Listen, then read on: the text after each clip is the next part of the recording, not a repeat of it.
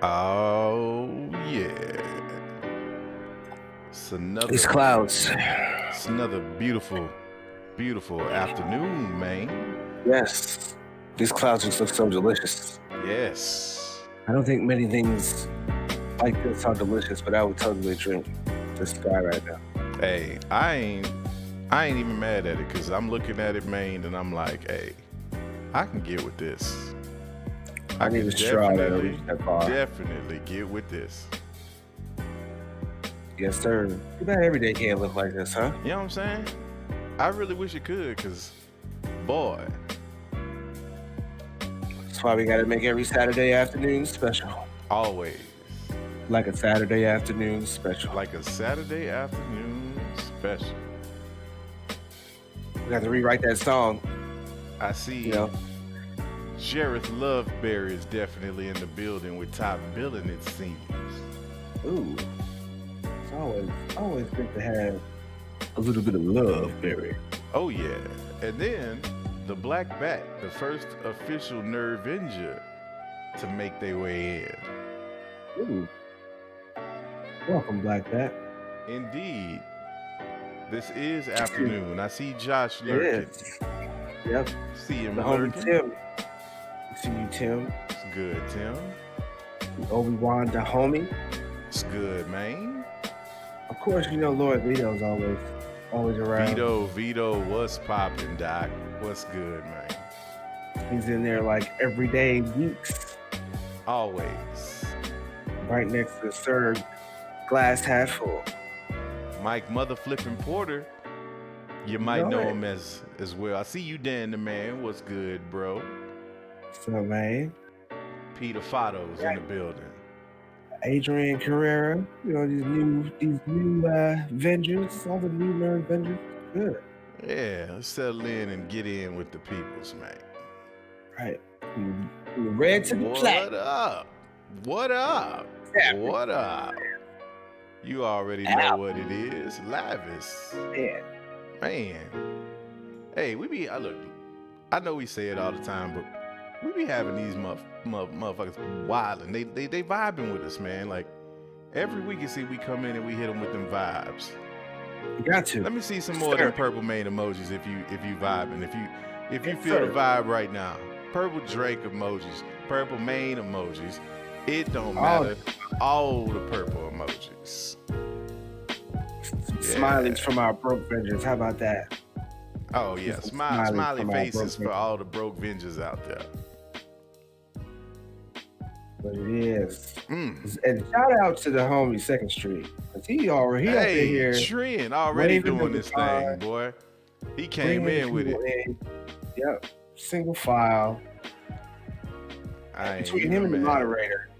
Between him and the moderator. Hey. They gets it done, Moderator, man. They gets it done. Moderator, man. I don't know about him. I don't think he's here. I don't know about that guy. Hey, why man. you guys decided. Y'all just got to sit down and hash out those differences, Jack. That's all you got to do, man. Yeah, we'll hash it out all right.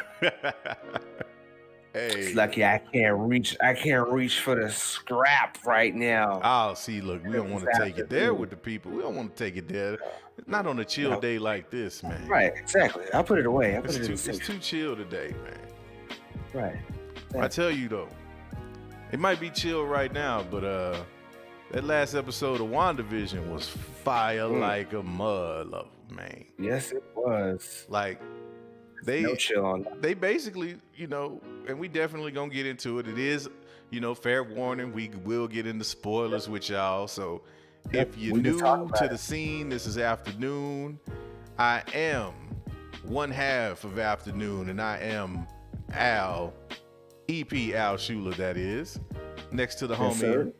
Lavish Blackman. What it is, What it do. do. And we are here for you. The people. The people. We always here for the people, man.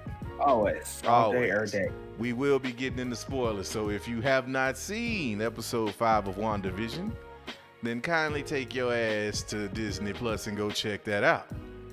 Right. Unless you down with being spoiled, because boy, final warning, spoiler alerts. It was one hell of an episode, man. If you ain't watching WandaVision and you in here, what are you doing? What are you doing?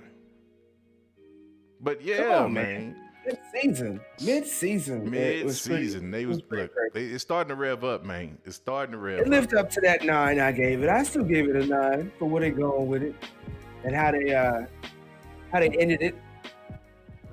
No doubt. I gave it a 9.5 to be honest, man. Like I thought it was all the way there because, and this is something that I really wasn't expecting to see right now, but they kind of went there with Wanda, didn't they?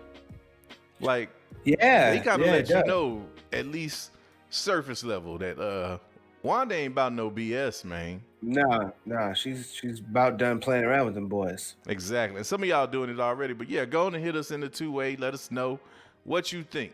What was your score for last week's episode? Yeah, I'm kind of interested in seeing what the people feel about it because I know last week everybody was all 10 purple mains and all that type of stuff. But actually, after seeing it, sometimes that usually changes between some people. Some people stay the same. So I'm kind of interested in seeing where that is with the people. Yeah, so far I'm seeing 10s and 9s, man, 9.5s. Mike Porter said from 1 to 10, I give it 100. I see you. 11 out of 10 midnight. See you. Yeah, 8 out of 10. Like the people was feeling it, man. People was feeling it. Now. Yeah, they most definitely were. It's definitely picking up though. You know what I'm saying? Like now we're getting to the point where you're getting the sitcom vibe, but you also getting enough context and story information that it's really starting to make, those normies among us and swarmies alike really start to sit up and pay attention and take note. Because now all of those little Easter eggs and all of those little hints that they've been setting up are starting to pay off. And you're starting to realize that you got to pay a little extra close attention now, which is dope, which is definitely dope. Yeah, most definitely. It's starting to show that, since the beginning, if you really pay attention, since she created that little world, that little bubble, everything, it was peeling apart the moment she made it. But now that you really see that Vision is actually paying attention, living up to his name now, things are really starting to unravel quickly. And it begs the question a little bit, is it unraveling because of the interference with Sword, or is it unraveling because she was never really fully in control of that situation in the first place? That's a good question. Yeah, you know what I'm saying? Because like I said, when I did the Easter eggs thing on Thursday, I went and looked as much as I could for any kind of info on anything extra with the hearts in the first episode, and it did nothing but drive the narrative. And if you think about it, like that's before we knew of any kind of Sword interference. That's when Sword was still figuring it out. So that little image went wrong still. So it's like, did she ever really have? Is this something that was supposed to be permanent? Is that like a learning curve because she just started doing that, but things are inherently worse now? Right. A lot of different questions that you can go with before even diving into what they actually give you. No doubt. Crazy. What'd you think about it? Like a quick nutshell. Yeah, I thought the episode was crazy, man. I thought the idea of finally introducing this concept that Vision is starting to really get hip to what's really going on around him. It kind of solves the question for us in terms of knowing, are we dealing with the actual Vision, or is this somebody pretending or in his place, which is still very well could be, but we at least know that he has his consciousness to the point where he realizes that something is wrong, and that there's some things going on that don't really make any sense. And I kind of expected them to eventually get to that point, but I did not expect for him to charge up Wanda the way that he did. And that was interesting to me, because like Vision wasn't here for no BS, man. Like he was like, you need to tell me what's going on right now. And I thought, go ahead. That is pretty. That's pretty much a good point, because I think I remember I said to you Thursday, I was like, some of them scenes where we're thinking that they're fighting together against Sword, I think it's a misdirect, and they're actually fighting against each other. Yeah, it very well could be, and they definitely set that up with this last episode, because you get Vision kind of charging Wanda up a little bit, but then we also get Wanda popping out of the bubble and coming and dealing with Sword like head on, pretty much. And it's like, that wasn't no, please keep your feet off my lawn. Like she came like, let me let y'all know something. Right. And I mean, when she had, again, final warning on spoilers. When she had old dude and had the soldiers kind of the point the guns on, all their guns on, man, I was like, oh, say they not playing no more. Like, they letting you know right off the bat now that Wanda is not to be messed with.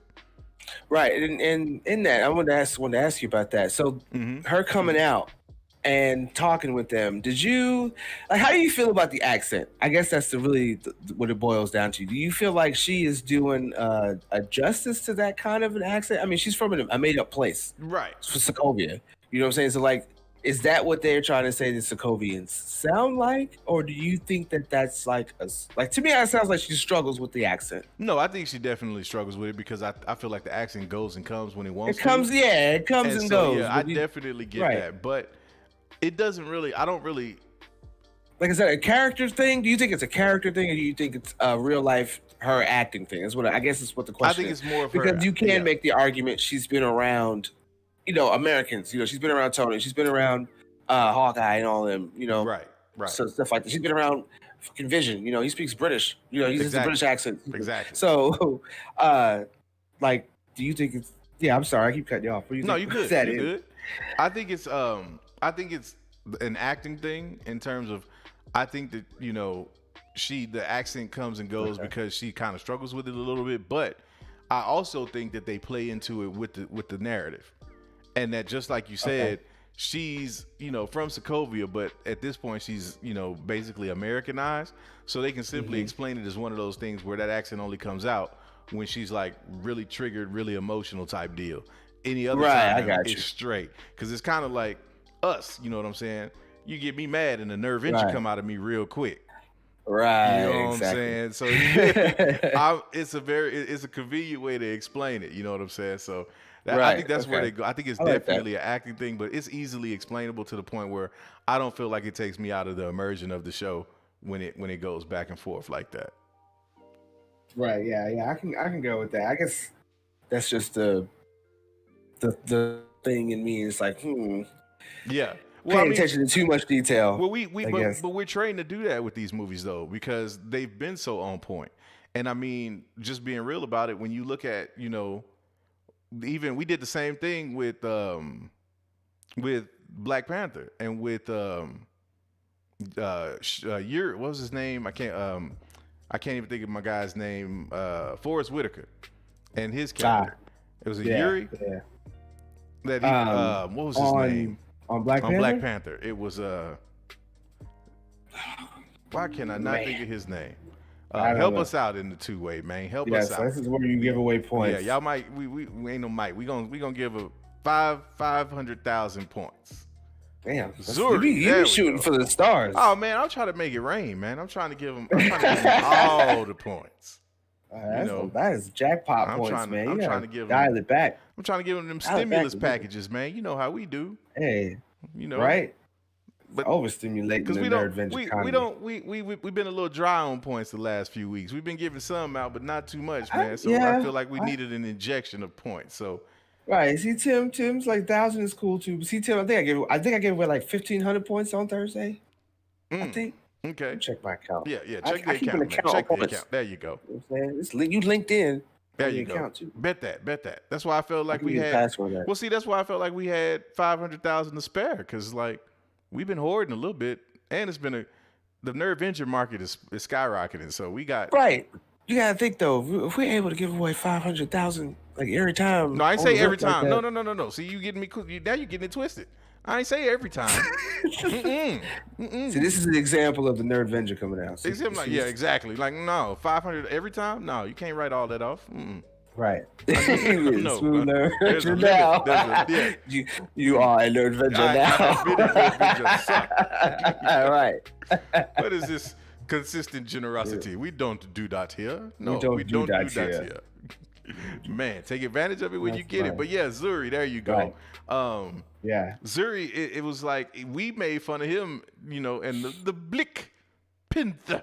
Like that accent wasn't thorough, man. Like it didn't pass the test. But like we're forgiven of that type of stuff, bottom line. So for me, I'm not gonna hold her accountable to it, because again, it's easily explainable from that standpoint, and it really doesn't take me out of the show much at all. In fact, like I think it's kind of funny when she gets emotional and it starts to come out, because like I said, it reminds me of us so much. I'm most definitely. Yes, I know how that go. But I mean, it was pretty clever though how they used a drone that was similar to, like, I guess the frequency is what they did, because it still appeared like a regular drone from our time. But I guess they probably used a frequency that was like the earliest. No, what they were saying, iteration. I thought what they were saying was that it was a drone from the 80s. Like that was the whole point. Right, that's what I'm saying. That was an 80s drone. That's what I'm saying. Yeah. So and that's dope, because now you are keeping the plot consistent. You know what I mean? And you setting up the rules for people. So that, and I think that's really gonna be something that's key coming in to as we move forward and we do more of this multiverse stuff. That's kind of one of the rules that are gonna help kind of explain how some of this other stuff is able to happen, is because or why, let's say, certain characters are able to penetrate or move through the multiverse while others aren't. It's like you have to have some sort of like linear consistency with that time period or that universe, to where you can't just have anybody hopping out until things start to destabilize even more. So I think that's where that's going. And, most definitely. And I think what was crazy, and we definitely gonna get into the Quicksilver. Yeah, I was saying, we're gonna get into that. I see them bringing it up. Yeah, I definitely think that there's going to be a deeper explanation for what's going on with that. But what you start to realize in this episode is that Wanda is she's really, whether it's subconsciously or through somebody else's influence, she really is running this whole set. Like she's yeah. I mean, we all knew it was her kind of creating everything, but it's like she's really able to, for most people, just dictate how it all goes. And we got that with my man who was like telling Vision, you know, to get her out of his head. And with that whole scene, man, you realize that it's like these people are under some sort of a mind control, if you will, where she's where she's, these are literal people that she has brainwashed into being a part of her simulation, pretty much. And the crazy part about it is she's able to manifest things in this simulation. But then, like you said, we get our first glimpse that she might not have as much control as we thought she did, because you get the scene, you know, with the kids, with the twins, and how they're able to age themselves up. Right. And that's because they're a manifestation of her powers. Right. So they negate each other. You know what I'm saying? Like she can't, and I think it's Wiccan. Wiccan has the same reality warping powers that she has. Right. Practically. So when they're aging up, pretty much, you can either say that they're both doing it in tandem with each other because they share her powers, or you can say that it's pretty much Wiccan doing it together with his brother. They're twins, obviously. He's not going to just age himself up, so he's going to do it with his brother. So there's a couple different ways that you can go with explaining why her powers don't work on the children, and that kind of makes you wonder why it didn't work on the stork in episode 3, because that actually had nothing to do with the children. But it could have been that the stork is a manifestation of her mind. Right. And when she was trying to like eliminate it, it was something to do with the kids, or maybe the babies had grown to a point in her that you know how it is when women have children, that they can already kind of feel that their kid has certain abilities, meaning like they're gonna come out like their dad, or like more like them, or be like this way. You know what I mean? Some things like that, or even in their kids are doing certain things on their own. How they say you can read to them, and sometimes the mother can feel like them doing certain motions that are in tandem with that. So they could have been manifesting the powers while inside of her, and that's why that stork wouldn't go away. So, well, see, I have a different take on the stork thing, though. I think that might have been the kids. That's what I mean. Yeah, and so like the kids might have been are the ones that are doing that, because I think that what, like you said, these, you know, they are a manifestation of her power, and depending on how she was able to bring Vision back, that, you know, Vision is even to a degree, or was to a degree under her control. But now what we're seeing is that anybody who has any part of their any part of likeness in their constitution, you know, like she's got the Mind Stone powers essentially. Vision was the part of the Mind Stone, or the Mind Stone was a part of Vision, you know, and then you got her offspring or the kids and everything else. I think they all share that common thread. So it's like, once you break that barrier of realizing that she's the one kind of in control, once you become aware, almost like unplugging from the Matrix, you know what I'm saying? Where once you realize it, then you start to realize that actually you are able to transcend and get, because one of the things that was interesting to me was that it wasn't just that the kids were able to do it, but that then there became this question of, well, do we do this because we know we can?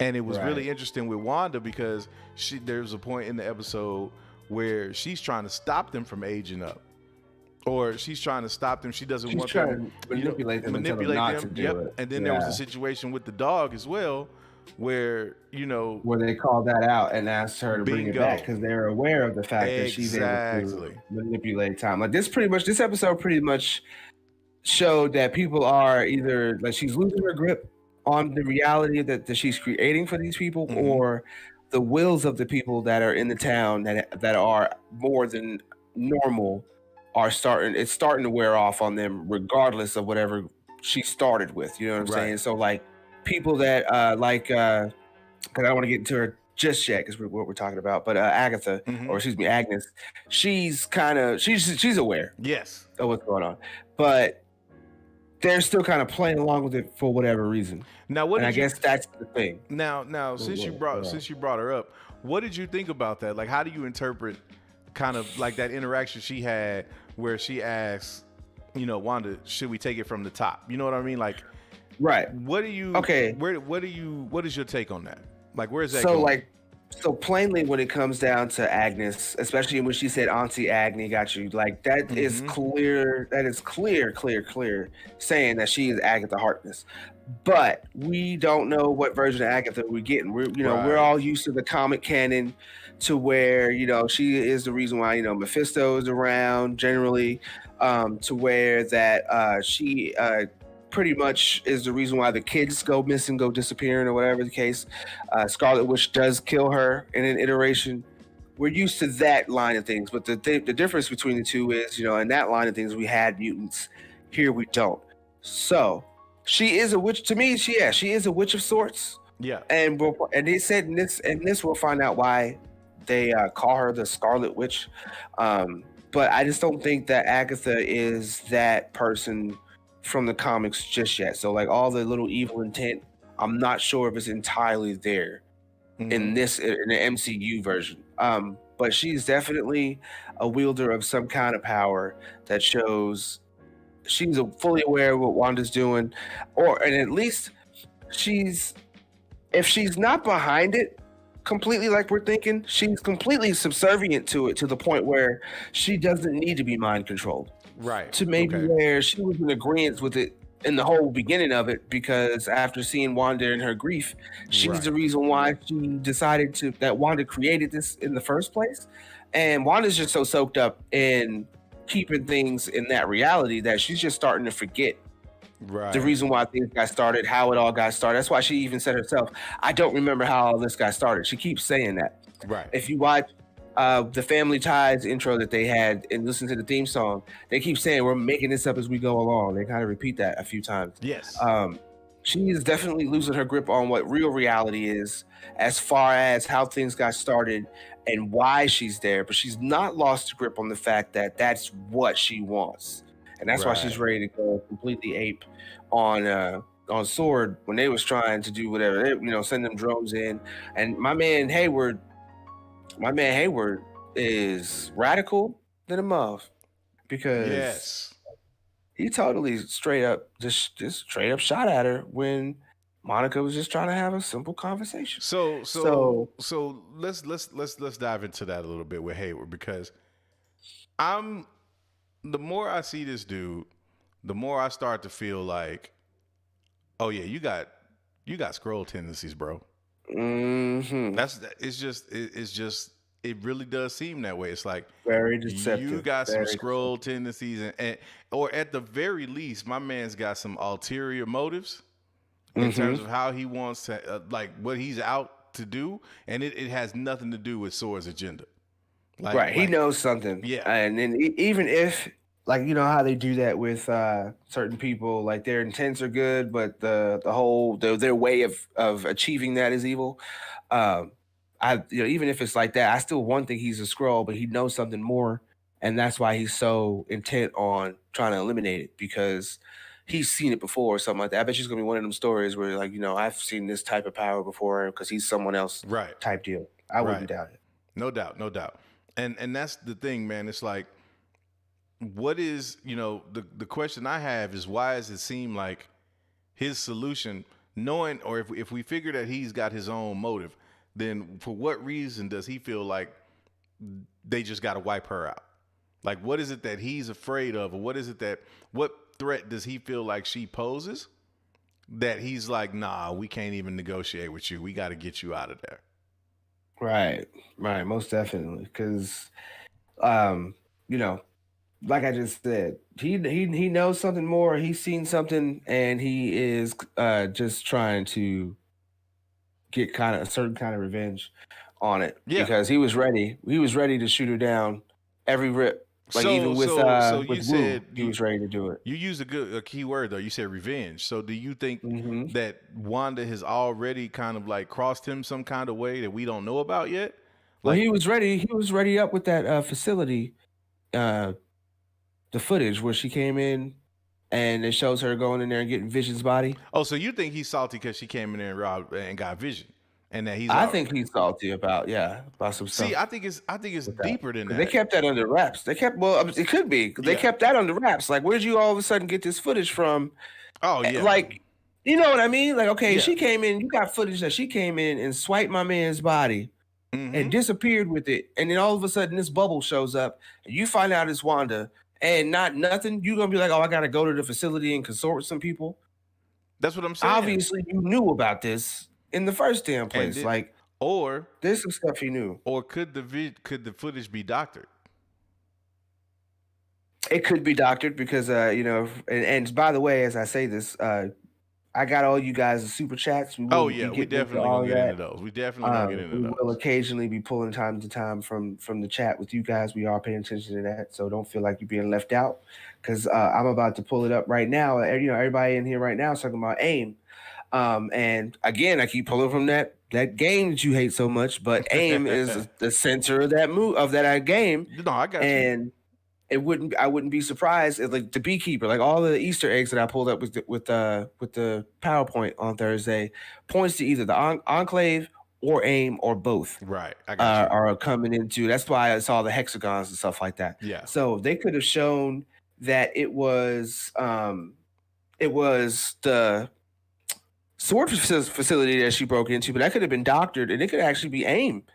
You know what I'm saying? And it could be working with the Evil Scrolls. The Evil Scrolls could be working in under AIM and or the Enclave, and that's where we get into Secret Invasion in the first place. And they could, like, all those types. That's what I'm saying.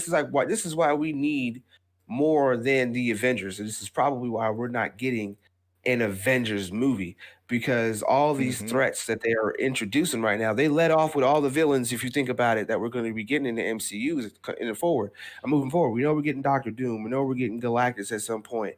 We're getting the Thunderbolts. There's like so many other villains that are coming in. Like, they're probably plugging into a lot of these new shows that's coming up. And not once have we heard any any opposition to these villains. You know what I'm saying? Like, who's going to be going against the Thunderbolts? They're not a very large or well-notable team. Like, a lot of normies right now be saying Thunderbolts. They're like, what is that? Who's in the Thunderbolts? What connection does that have? You know what I'm saying? So this is the same thing with Squadron Supreme. Like, who's in the Squadron Supreme? What connection do they have? But you could build up both of these properties in tandem by having them go up against each other and learning about them that way. So, and that's kind of what I feel like they're doing between these two shows. So yeah, they're definitely setting it up to where you have at least a handful of factions outside of the Avengers that can step in and deal with things, or that will have their own conflicts or what have you. Because it seems like, at least from some of the rumors and whatnot, that the Avengers are kind of taking a back seat for now. And you have to build up, you know, you have to build up these other organizations, these other teams, so that there's somebody that can take on, you know what I'm saying, like the Evil Scrolls, and whatever, you know, however it plays out. But for me, like, and the reason I asked about it being doctored is because there's a lot in this show that, and we talked about this, I think, on After Dark. There's a lot with this show that we feel like we know, but then when we actually get it, it's in a different kind of light. Not that the plot is going in a different direction from what we might, you know, prognosticate, but it's that the way we're getting there is a little bit different than what we thought. And so I feel like with that whole thing, you know, with them showing the footage and everything like that, that's one of those opportunities where it's like, yeah, because I think back to like the whole Spider-Man Far From Home joint, and like Mysterio and how he was, you know, basically fooling people with his situation and how he was getting down. But it's like, is that a theme that we're going to see? I feel like that would be a theme that we see in this phase, because of where we're going and where we believe this is going. And this, you know, who do you trust? Who do you know, what sources do you stand by? Whose truth is the real truth? You know what I'm saying? Because it seems like it's real it's starting to look real meta to me. Is what I'm getting at. Yeah. It's starting to get to a point where you're starting to see these different ideals and ideologies being set up that are really going to start making people have questions and conversations, not just about the storyline itself, but the implications of the storyline. You know what I mean? I got you. What do you do, or what responsibility do you have when you have this type of ability? You know what I mean? Like, what are the limitations on that? Should we, and this kind of, and I think this is where they're going to loop it back into the Sokovia Accords and all of that. Is like, do you police that? And if so, what organization or what entity should be the one making those decisions? You know what I'm saying? That's where that's where I think it's going. Yeah, it's totally going to lean into that. And I think it's going to lean into that more heavily when it comes to Falcon and Winter Soldier, because we'd be crazy to think that these shows are all pretty much picking up after Endgame. Right. So we're going to start seeing that by the time we got to Spider-Man Far From Home, having a J. Jonah Jameson person pop up, period, even for the first time, is probably more normal than we're looking at it now, as opposed to we're like, now we're just now thinking about that part. Right. When we first saw Far From Home, nobody thought about, okay, oh, cool, we got JJ. Right. He looks older now, duh. But nobody thought about it being some kind of multiversal issue with the reason why we got him. And there's so much that could come out of what's going on. Excuse me, what they're showing us, or what they're just showing us in the show. Like, this is, like I said, the tipping point. This is the beginning. In a way, excuse me, not the simple, but just the beginning in a way. And we're already seeing so many, not even not continuity issues, but you know what I mean? Like the continuity in which that we're getting is showing us that it's going to be so crazy over this next year that we have no idea what is going to happen. Like, especially with the Eternals, like nobody's thinking about the types of Easter eggs and stuff that they'll probably pop into the Eternals moving forward. We're all focused on, to me, what I think the Endgame property is. Like, before, we didn't know we were trekking towards Infinity War. Right. But now we're trekking towards the Multiverse of Madness. And we see that before, it was supposed to start off right after WandaVision. We were supposed to go right into that movie. And then that was the two things. And I guess because what's going on lately with the DC properties and, the Pandy and all that stuff, they were like, maybe we should shift this and make this the end game. But I think that's just one.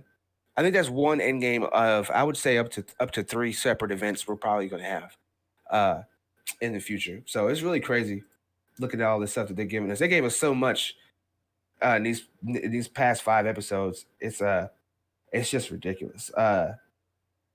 But what did you think about? Let's go back to Vision real fast. Yeah. So what are your thoughts on Vision as far as we know apparently she's playing Weekend at Bernie's with his body. Do you think, because and also in that footage where she goes out and gets him, like, he's in pieces, dude. Yeah. Like they took my man apart. Oh, and because you like Vision so much, to me, I was like, man, that's so inhumane. But then I had to really think about it. I was like, he is really just a robot. Yeah. But you wouldn't think that they would like tear him apart like that. You would think that after that they would more or less treat him with the respect that we feel he earned, and do something more on a memorial kind of thing. But they just straight pulled him apart. So that's where, I think that's where it goes. There, yeah. I think that's where it gets real interesting to me, because it's you start to really ask yourself that question, right? And it's like, what happened post Endgame? You know what I mean? Like, what was that immediate fallout from a government and a military standpoint? Because clearly, the Avengers were doing what they had to do and handling that situation or whatever. But after that, kind of the fallout of all of that, even, and you could take it, and even taking it back, beyond or between Endgame and Infinity War, like that 5-year period. What did they, what was the mandate, or what, they were trying to figure everything out. So it could have been a situation where the government felt like maybe Vision had something to do with it, or that Vision was, they were trying to, almost like, complete the investigation type thing. And was there a fallout between the Avengers and the government or whoever over Vision's body. Is that what led to kind of a splintering, or what led to Wanda kind of going the route that she went? Because I can see a situation where maybe the Avengers thought it was necessary to hand the Vision's body over. You know what I mean? And maybe from that standpoint, like Wanda wasn't really co-signing it, because again, the other question is just how tight are they after? Because and when exactly does this happen as well? Like my mind is going in so many different directions with it, but it's like, right, you know what I'm saying? at what point did she get his body? Because Vision dies at the end of Infinity War. You know what I'm saying? Right, exactly. You have a 5-year gap between Infinity War and Endgame. And if this takes place post Endgame, which we clearly know it does based off the whole episode where they show Monica coming back and everything else, and then her getting kind of inserted into this whole ordeal, at what point did Wanda take possession of Vision's body? Was that right? Well, I think in the 5-year gap, or was that after the fact? Like, right. Well, they did address that, and I'm starting to see people. Thank you guys, popping it up in the chat. But I think they said it was 9 days before all this began. So 9 days before, you can say episode 1. Right. Okay. Eric Andres, 1,000 points to you. You say I did that 1,000 points. Hey, look, let me tell you something. That is notable. Don't be questioning my choices on the budget, man. If I say we got it, man, we got it. Now, don't come knocking on. Don't be inboxing us asking about them 500,000 points, man. You didn't read the fine print on those, first of all. Mm-hmm. But like I said, the bank account is all right, man. The After Dark, Purple Drink is through the roof right now. Have you seen the numbers on Purple Drink, man? Yeah, of course I've seen the numbers on Purple Drink. So why are we worried? It ain't like we GameStop out here. We try not to talk about such things. I'm just saying, man. It's not like we got me feeling like Feige over here. We ain't struggling. We ain't struggling, man. We ain't missing no look. I'm just saying, man. We try to keep it humble, but at the same time, man, stop acting like I just gave away the whole store. We all right. Not yet. They will come knocking. No, because I tell you, by the time we get those Marvel have a problem zombies. saying no, I ain't got it. I'll tell a Nerve Avenger in a minute. No, right. I ain't gonna be able to do it. You know me, man. I'm like, look, yeah, my Nerve Avenger. I'm sorry, but I can't do it. Hey, right. Look, but yeah, man, it's it happened 9 days before episode 1 started. Right, so 9 days before episode 1. So then, right, what was my next question then is, if it happened 9 days before episode 1, what was the turning point at which Wanda decided, oh hell no? Is that do we think that is the Mephisto effect? Him stepping in and kind of coercing her to do something about it? Or did, like my man Ian Smith in the two-way just said, did Wanda just snap? Right. Well, I'm gonna go ahead and say this one real fast because it's at least relevant to what we're saying. But Jonathan Velasquez was $2. Thank you. He said a Vision was at the sword base for 5 years. Strike up. Thank you, sir. I will totally take a drink of that. But if he was there for 5 years, I don't know. Looking at the way that they were taking him apart, I mean, it probably would have taken him I give him about that, because he was in like several sections. He wasn't just like uncarefully taken apart. Like his legs was on one part, his torso was on another. You know what I'm saying? Like he was apart. Yeah. So I could see that him being at the sword facility for about 5 years, but at the same time, I don't think, even though he might have been there for the 5 years, if he was, that the entire 5 years was what they used to take him apart. And the reason why I say that is because there was obviously certain directors and people missing from the blip that would have halted a lot of things, period. So it probably would have taken him about closer to a year or two before they got everything together. Because and that's probably why it's actually significant why they mentioned how long Monica's mom was still alive a couple years after she survived, and then certain things that she put in place. And once again, you see do what it. I'm saying? Once again, you do it. You steal my thunder. I steal your thunder. Because that's exactly where I was leading it. Because I think what it was is exactly what you just said. That Sword or whoever is, has infiltrated Sword had to wait until she was out of the picture in order for them to then assume leadership and say, now we finna go ahead and roll forward with this initiative, and we breaking my man down and finding out what's really going on. And I think all of that is going to tie together, because then the question is going to be, did she really die of natural causes? Right.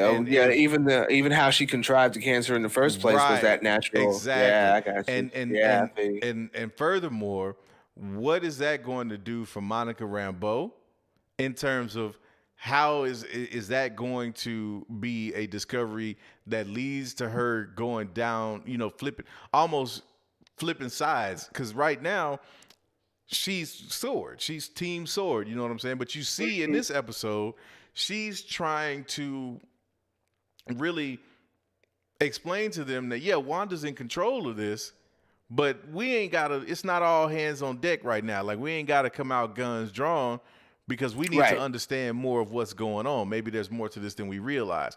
And that's where I think that dynamic really is interesting to me, because you start to see that there's more going on than what the show is showing you. And you know that, but like, they're giving you clues of, I think, and leading you to where we're headed with things, and where the real conflict is going to come in is wondering, is Sword really there to find out what's going on, or are they just trying to get Wanda out the way? And if so, why? Right. Yeah, or is this some kind of a distraction or something like that? Because there's a lot of things that we don't know yet about what, like you said, what set her off in the first place. Who had their body, why? And there's just so many different things in the background. I'm kind of got caught up a little bit here in the chat. I see people. Yeah, I see people are asking certain questions that I feel like they can help. Like Jonathan Velasquez, Sword went to Wakanda or what? It's like pretty much Vision has always been a property of Shield. You gotta think it was Shield still. So when Infinity happened and he got that stone and wiped half the people, Shield or whatever places were still dealing with that. With that government, with that one dude that was in Black Panther, Ross, one of the whatever agent, him. So I'm pretty sure he went and swiped his body, and brought him back to whatever facility.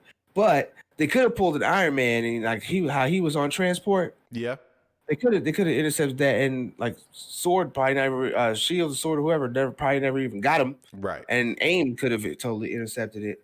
And, then she found the facility and blah, blah, blah, blah. But I definitely agree with you that somebody was most likely lying in wait while Monica's mom was either getting sick or something or other when she disappeared. Right. And they used that moment to spring.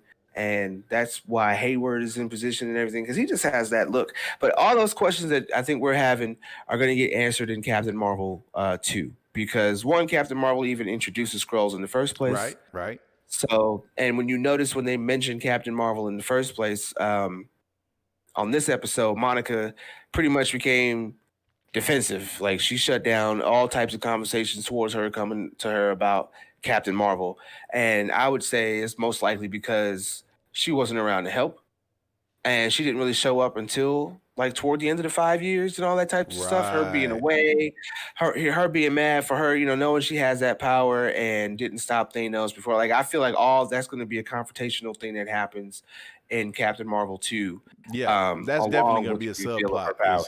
That's definitely going to be a subplot. Is her dealing with Carol Danvers in a way, like, where were you?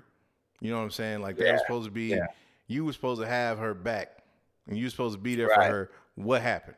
And Right. it's a really interesting thing though, because it starts to bring up that the whole subject of loyalty, if you will. And like, what are you, how much do you put above your own personal attachment and self-interest? You know what I'm saying? That's her Right. homegirl. They're close. She has her back. But if like the universe is at stake, how do I choose between, you know, this person My that I friends care in the about, universe. right, in the Yeah. universe? You know what I'm saying? It's a really interesting thing, and I think that's a theme that you'll see played into more, because I think that was the same situation that Vision kind of kicked off with Wanda, ironically enough, at the end of Infinity War, when he had to make the decision. It was time for her to, destroy him. And it's like their connection is what it is, and we know it, but because of the threat, the imminent threat, she had to make that ultimate sacrifice as the Right. Vision. And to know that like all of that was fruitless in at least in their mind, or at least in Wanda's mind at this point, because you Right. got to know that she's thinking to herself, I went through all of this and it still led to the same result. Like, I don't have, the universe is all intact, but she's at that point of grief where she doesn't realize that. Right, exactly. She's not ready to let it go. And that's pretty much what the show, to me, is also saying too. Like, that's why we even have a show. It's just her grief Yes. and not an ability and her non-ability to let Vision go in the first place, Right. that any of this is even happening, and she's staking a claim somewhere in New Jersey. But I don't know. I understand it's like it's not too far from where they did the burial and stuff like that, because everything that happened in Endgame was up to like upstate New York. So, then we go to Jersey. But like, why Jersey?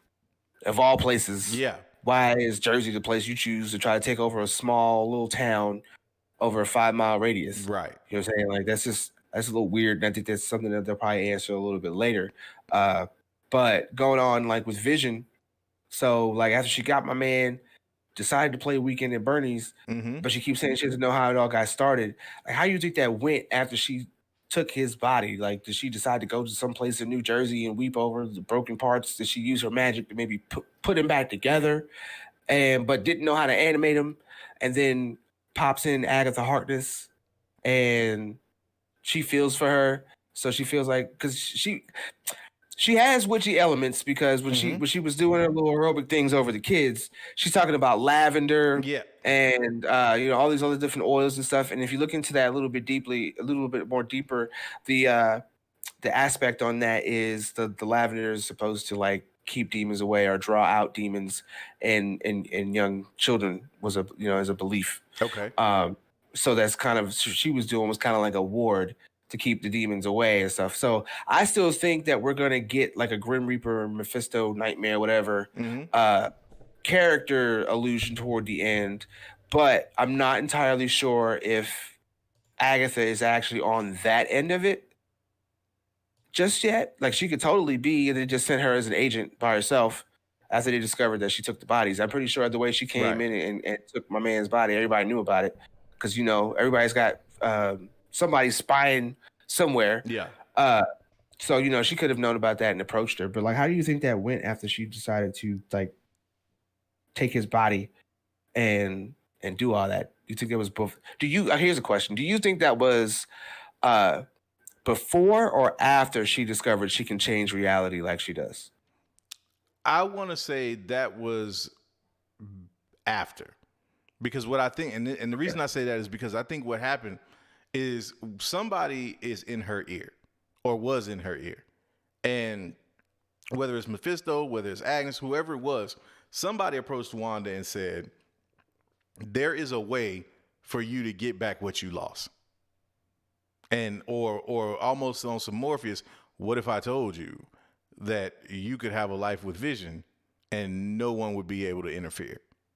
Right. And that, because my thing is, it would have to be that type of motivation that would lead her to do something like that.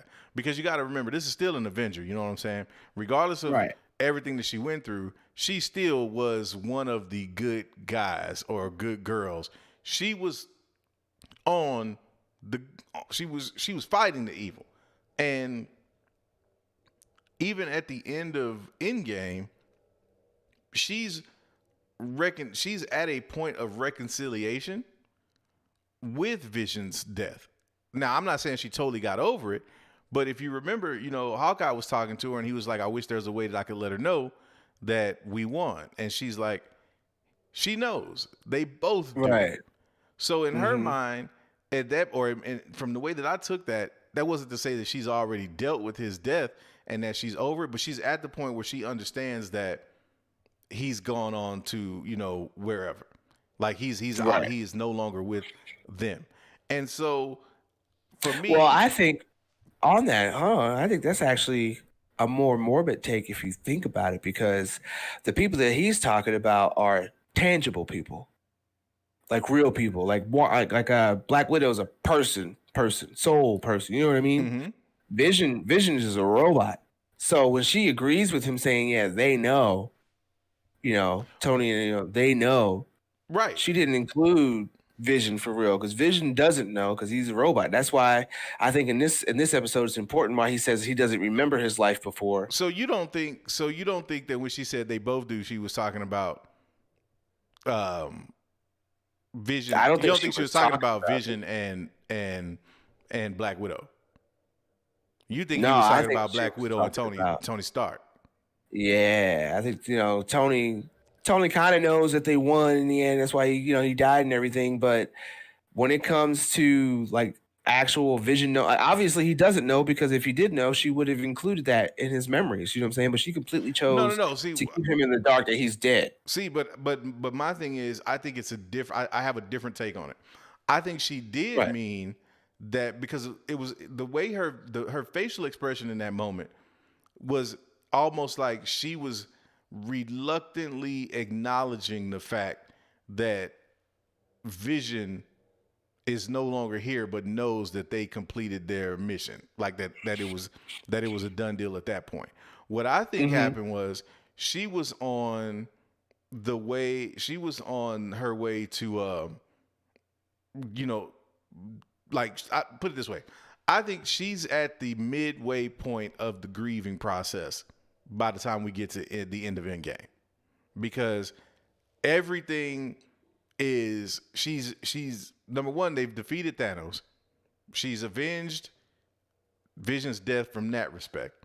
They were able to bring everybody back from the blip, and Tony has now sacrificed his life in order for humanity to be restored and for Thanos to no longer be a threat. So we get all that, but I think based on her facial expressions and her emotions and the way she delivered that line, that was her begrudgingly accepting the fact that he's out of there. And what I think is going to happen, or what I think where I think it turns left, is that somebody puts the idea in her mind of somebody set her back off. Yeah, exactly. That somebody was like, but why did he have to go? Like, why couldn't they have worked to, why is it that they were so interested in dissecting him or whatever? And I think what we'll find out is whether it's Mephisto, whether it's the Skrulls, whether it's a combination of both, that somebody had the idea of setting this whole thing off from that point, like using her as a tool, and that this was a part of it, was getting everybody out of the way so that they could do what they wanted to with Vision, which they knew would set her off. Right. And then it gasses her up to the point where she goes back to get Vision's body, because now she realizes, whether it was, through her own revelation or because somebody else approached her and told her it was possible, that, hey, you can create like this power, or you can create this world for the both of you to live in. These are the steps you need to take, or this is what you would need to do in order to do so. And that's where I think it's going. And that's why I think she was talking more about Vision than that, because I think she was over, like, I don't want to say over it, but I think she had made peace with it to a certain degree, begrudgingly so. And that somebody utilized that to kind of manipulate her later on down the line. And that's where it leads us to now. But one of the other things too, though, and might as well get into it now, is Pietro. And the end of the episode, Pietro showing up. Now, off the rip, and I just want to know this from the chat too, so let us know what you think. Was Pietro a manifestation of Wanda or from Wanda? Or is somebody wanting her to think that's the case? Okay, so on that, to me, and this is why I guess we're on opposite sides on how Wanda feels. I don't feel like she was anywhere close to getting over that grief, because if so, she would have called out whatever entity reached out to her for what it was in that moment and wouldn't have fallen for you could have had a life with Vision this magical way, because that's why I keep bringing it up. And I see Trinity in the chat. Oh, he's a sentient being. How is he sentient? Because he had a live crystal in his head. That's what made him sentient. That crystal was alive itself, not what they created that body for. That, remember, that body originally was supposed to be uploaded with the mind of Ultron. You know what I'm saying? He didn't have no nothing, like no soul, no nothing. So I don't think she was completely in a rational mind to fall for whatever made her do this, because if that was the case, when they unblipped everybody 5 years later, she could have stole the body and just as easily took it all the way back to Wakanda and appealed to them to try to put him back together, because they were trying to save him without the Mind Stone. They already knew how to do it because they had the advanced technology. Whoever has gotten him and taken him apart obviously doesn't know jack diddly nothing, and I don't think that it was really necessary. I think in that moment where Hayward is showing them all that types of stuff and shooting down everything that you're trying to say that makes her a good person, ultimately shows why he's a Skrull, because normally they would have worked with Wakanda. Like, why would you not work with Wakanda when they already would have told you that they had a way to save him? You know what I'm saying? Yeah. Why would all of a sudden he get shipped off to some kind of facility to be taken apart when you could still consult with Bruce Banner, because they got whatever capsule that he was in, and old girl. And I also hear that there's rumors that Hulkling's supposed to be in one of these episodes too. I'm not entirely sure how that is, but the old girl who helped create Vision in the first place, they can still consult with her. You know, like a lot of these little things don't make sense. So that's why where I'm going with this when you bring up Pietro is I feel there's a lot of dimensional and multiversal implications because of the version that we got. And it's even acknowledged by Darcy, where she's like, she recast Pietro. Now you could take that a couple different ways. You could take it as she recasted him, like recast meaning like you picked a new person for this for him to be your brother and you're acknowledging it, or recast as in like you put him back in the story. You put him back in your story. Like recast is a very loose term. I'm thinking more or less, of course, the latter, that you picked a new person and wow, this is your brother. But they were in the 80s, and a lot of the comic Easter eggs that I found were, the 80s Easter eggs, 80s comics. So I think the reason why we got that version and not the original version that we had from this one is because of whoever is helping her manipulate this energy. It's starting to work. Gotcha. So now we're starting to get the things that she might have wanted to be tangible in her life that she couldn't do, because she did explain, I can't bring people back. Once they're dead, they're gone. I can't do anything about that. But there's nothing saying that she can't have such a control that she reaches into another part of the dimension, pulls in a Pietro or a Quicksilver of sorts, and controls his mind to the point where that's her brother now. You know what I'm saying? Because obviously there are people with powers who are in this town under her influence. Yeah. So now she's starting to be able to pull in things from the other dimension. And that's why we got that version of Quicksilver instead of her actually bringing like her brother back. Because in another dimension, whoever her brother looks like might not be who her brother is. You know what I'm saying? Right. Because they kind of do. I don't hate giving them credit, but it's kind of off topic.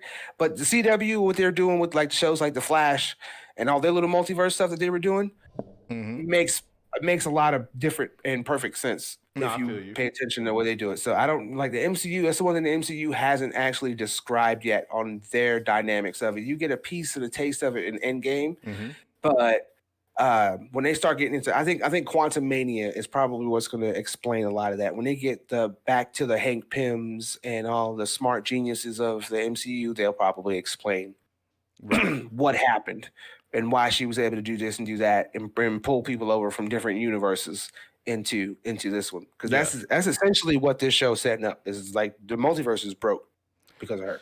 So I want to go back to a point real quick, because I can't help but disagree with you on the Vision thing. And the reason I agree with Trent, I think, in saying that he is sentient is because Ultron was sentient. Now, when they created Ultron became aware of what was going on. And that was the whole reason that he kind of went the way that he went rogue, was because his intelligence and his awareness level transcended what they expected. Like, he basically calculated and took all of his took all of the knowledge that he was gaining to basically understand, from his perspective at least, or his point of view, that human beings were the issue, like that they were the problem, and that the Avengers were the problem, and that he needed to create an evolved or an enhanced version of reality or society, or however you want to look at it. Mm-hmm. And Vision is a derivative of that, because they essentially took they took part of Ultron, they took part of the Mind Stone, and they took Jarvis, and they basically merged all of that together in a way that it created, like Vision was created, with Thor kind of providing the spark that was needed in order to kind of jumpstart that whole thing.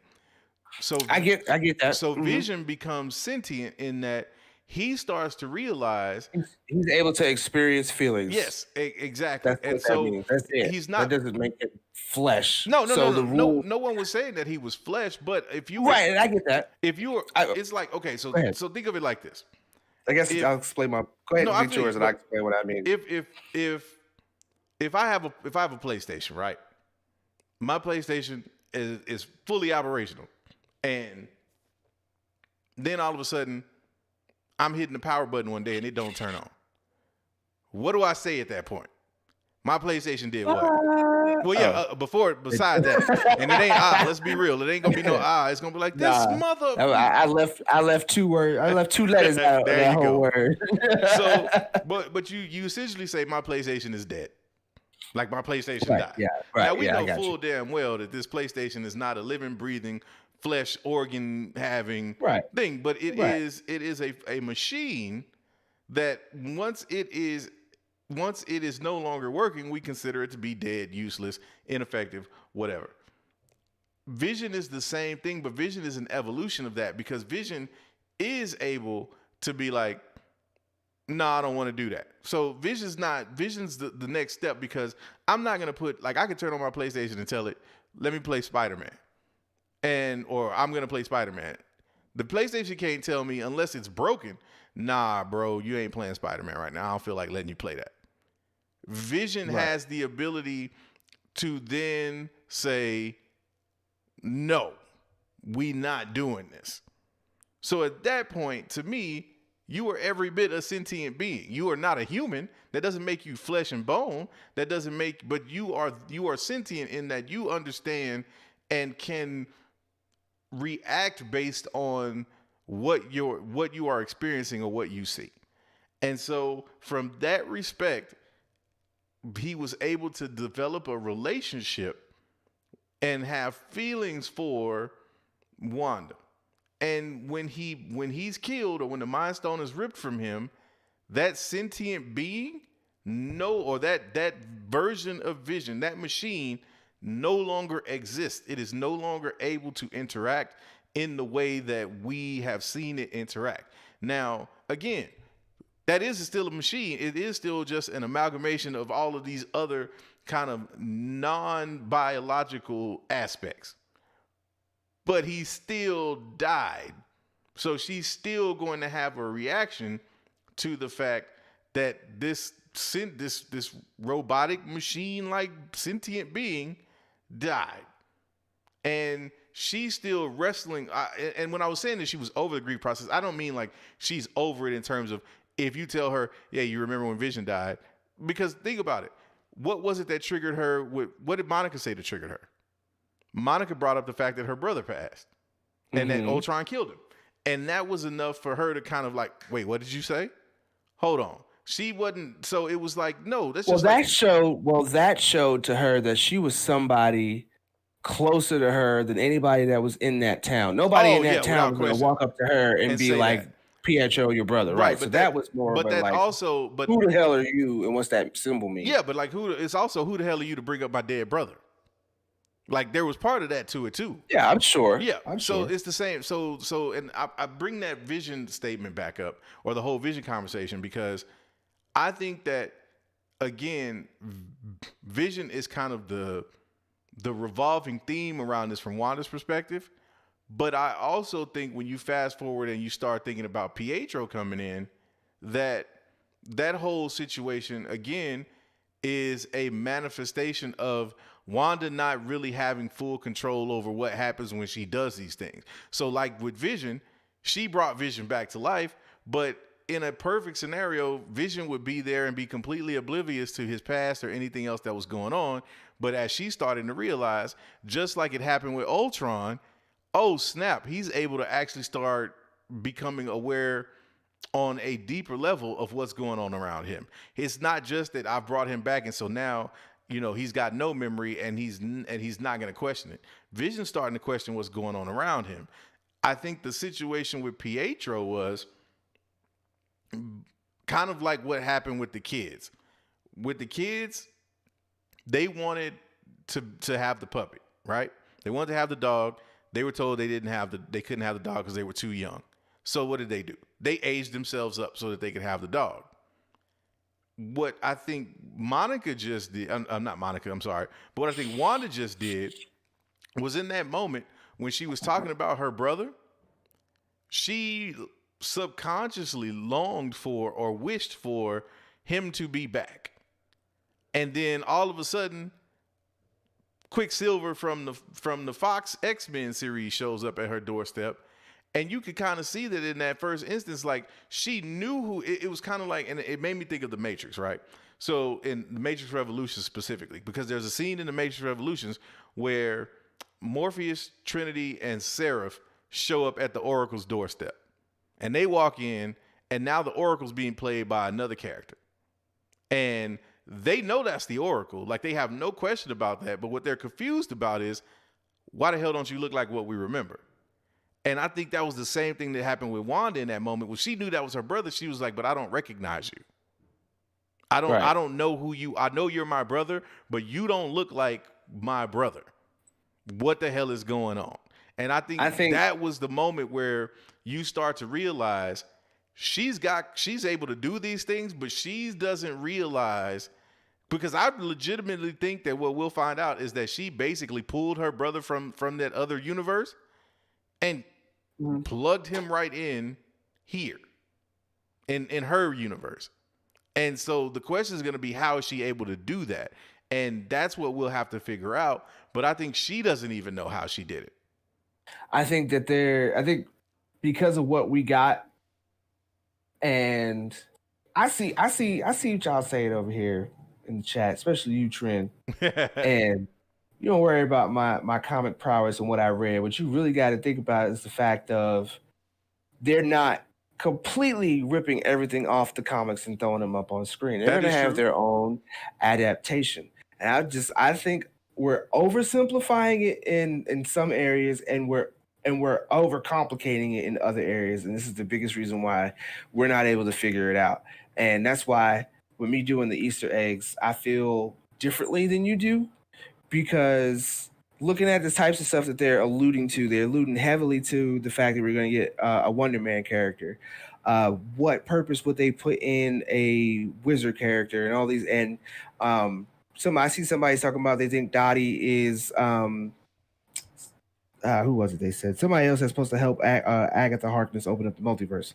No, because Dottie's married to Phil Jones, and the Easter eggs point to them being part of us. He's married to Arcana from Squadron Supreme.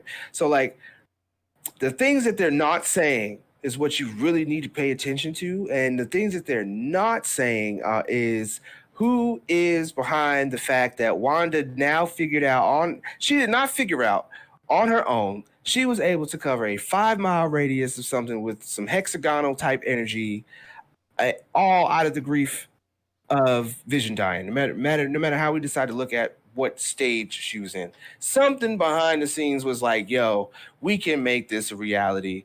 This is how we can do it. This is where we have to do it," and it points to a larger entity than even Agatha Harkness, because some of this, like they've taken the visual. I think what they did was they took the visual of the '80s run of the Scarlet Witch, and they took a lot of the stories, because they have a whole video where Olsen is breaking down the House of M. Okay. Like the whole thing. Right. And if you look at what she's saying and look at how they're adapting it in this show, what they clearly did was took a whole bunch of little elements and spun it to where they had it in the MCU. So you can't look at even the comics that I brought up. You can't look at those exactly and be like, okay, so we're going to expect to see some kind of something with her bringing in Quicksilver, and then they're going to have a whole little adventure, blah, blah, blah. No, because even though that happened in the comic, they're at a point to where they're trying to find a way to bring in their Fox properties. So to look at it from the real world standpoint, I think it's going to be more than just Pietro getting pulled in. This is the first, this is technically, because of the timeline we're in, the first iteration of the multiverse breaking, and we're getting somebody that we know is this character from a completely different universe. So I don't think it's just the fact, like I'm still sticking with what I said earlier. I don't think it's the fact that she's unaware that she can pull people from a different dimension. I think it's the fact that she's unaware of the fact that the deal she made was such a powerful one that it is given her the ability to work in tandem with whatever magics to pull in other people from the other universe. So what you're saying then is that you don't think this is just her power? No, I don't think that she's able to just do that by her. No. See, and I disagree. I disagree. I think that she has. I think they are setting her up to be a mutant, and I don't know if they're saying. And I think in that, I think what they're showing you is, or what they're establishing is, a hierarchy of power within the MCU where you are starting to, because let's think about it. Before Feige came out and said that she's the strongest character in the MCU, right? Prior to that, who did we look at as that character? Like from a pure power standpoint, in my opinion, that would have been Captain Marvel. At first, yeah. Right? Yeah, so, the Captain Marvel right. first. So what I think they're doing is they're saying, okay, you saw Captain Marvel and you saw what she was able to do. You got a taste of what Wanda was able to do because she legit was holding her own against Thanos. Like, had Thanos not said, blow every damn body up, she was about to rip my dude apart. And this was, and this was, now, but think about that. This is the dude that was literally toying with Thor, Iron Man, and Captain America at one time. Like, was like, y'all ain't, I'm swatting y'all away like flies. And she went up and was like, basically had this dude at her mercy. So I think that was completely intentional, of course, but I think what they're setting up is she is now going to be the litmus test. Like, are you Wanda powerful? If you're not, like, and we'll know that. Like, I think that what they're going to set up is going to be, these are the different levels of power in terms of these characters within the MCU. What we've known and what we've seen is just a taste. It's like a tip of the iceberg, because I think we are setting up, because and what I'm getting to is, I think there's going to be characters that get introduced that are going to be even beyond her power level. Oh, most definitely. Right. So exactly. So from that respect, that's why I don't think that there's anybody that she needed to lean on, or any power that she needed to merge with in order to make these multi-dimensional things. I think what's happening is, I don't think she realizes the multiversal implications of what she's doing, but that, Pietro showing up is the first sign of, okay, you don't have these powers in check. Like you have, and it's kind of like that's it's kind of like a situation where, and I'm trying to think of an example where somebody that doesn't have a control of their power, like totally like overpowers and kills somebody by mistake. It's like you don't know your own strength yet. And I think what she doesn't realize is that in setting up this world, this alternate reality for herself, where she's controlling, and that's the thing we gotta also keep in mind. She is not only controlling the people within the bubble, she's also on some level controlling the people and their perception that come near the bubble, at least.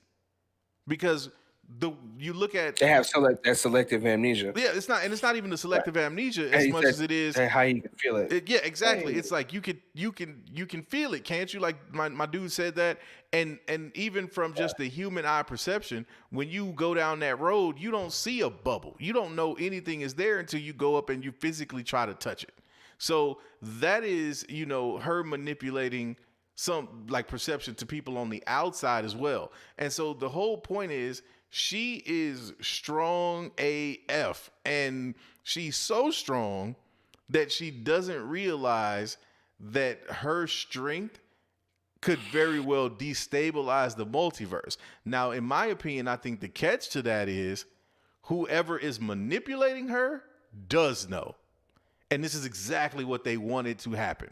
Because and I don't know if it's because they want the kids. I don't know if it's because they wanted to be able to bring Vision back so they could control him or set him up to kind of go head to head with her or whatever the case may be. But whatever it is, she was the key to unlocking this next level of craziness within the current universe. And this person, this entity, whether it's Mephisto or whoever it is, this is exactly what they wanted to happen. Like, so they wanted to push at the very minimum, they wanted to push her abilities to the limit to see just how strong she was or what she was actually capable of. And once they realize that, then their hope is to manipulate her ability so that they can do the things that they want to do. And what nobody realizes yet is that all of this tinkering and playing around with these powers is going to ultimately result in the collapse of the inevitable collapse of the multiverse or something to that effect, which is going to springboard us right into Secret Wars. And that's where I think the whole thing is kind of shaping up to go. The question is, and going back to like your comment about the Easter eggs and everything like that, I think that this is legitimately Feige doing that white sugar shit. And that, like we said, like on After Dark, 70% of these Easter eggs we need to pay attention to. But there's 30% of these joints that, like, when we go back and look at it, we're going to realize we're complete misdirection. Well, yeah, I mean, the comment that I put in there about the mind control with Nick Fury and the other, and like that didn't have any real weight other than the fact that it alluded to the fact that people were being mind controlled. Okay. You got to take certain context of it. They all mean something, but it doesn't all mean that we're going to get something completely tangible to where, like, all of a sudden, all these characters are coming in this show right here, right now. I don't think it's going to be anything like that. I think me and Josh are both pretty much on the same point in agreement that the big bad that they are alluding to, we're not going to necessarily get in this show. And to this point, to dumb it down a bit, the fact, and I see people in the chat talking about a reason why we could have gotten this version of Quicksilver is because the show's in the 80s, and technically the Days of Future Past, that's the Days of Future Past in the 80s, right? Pietro or Quicksilver period. So that's could be a reason why we got this one. I think that this version of Quicksilver is actually here to stay. I do too. And I think to that point, if we're going to get a Days of Future Past Quicksilver, and we're still kind of, I don't think he's the big reveal of who Paul Bettany was always wanting to work for. I don't think that's what it is, and I think we still may have a Luke moment. I don't think that Pietro was that Luke moment either. And if it was, then shame on us for liking spoilers or knowing that was coming. But I don't think so, because nobody knew that Luke Skywalker was coming at all. So that means the Luke Skywalker moment has to be something that we have no idea what we're getting. Oh And yeah, I without am question. sticking to that. If we're going to get a Fox version Quicksilver, I would not be surprised if at the end of this, maybe they don't figure it out at the end of WandaVision, and we get James McAvoy and Fassbender showing up as Xavier and Magneto, because she's changed things so much that things are now canon to where Magneto's is actually her father and blah blah blah blah. And the way she actually even thinks that things are happened now, like with the whole all her trauma, the toaster with that being linked to the rocket and the Hydra, like all that trauma is not even stuff she experienced anymore. It's going to be a completely different storyline where her mom's alive and Magneto's her father, and he's brought So you think James McAvoy to help. So you think what they're doing with her power then is basically retconning her entire backstory for the purposes, and they're basically gonna blame it on the multiverse. Maybe not retconning the entire thing, but there's things now that they can retcon or insert. Period. Let me say period. This: that they're streamlining her background so that it fits more with the narrative now of the multiverse. Because of the multiverse, you don't have to necessarily you don't necessarily have to retcon her entire, what we've seen from the movies with her in it from, Age of Ultron forward, but certain points about her, thinking her parents are dead, that now we're retconning that from the standpoint of, no, the multiverse now, you're bleeding this other history into your own, and like you don't know the difference anymore. And this is just the beginning. Like, this is just the beginning, because I'm telling you, after you see on the post credits, like the next episode, we know we're getting for sure now. We know we're getting the Halloween episode.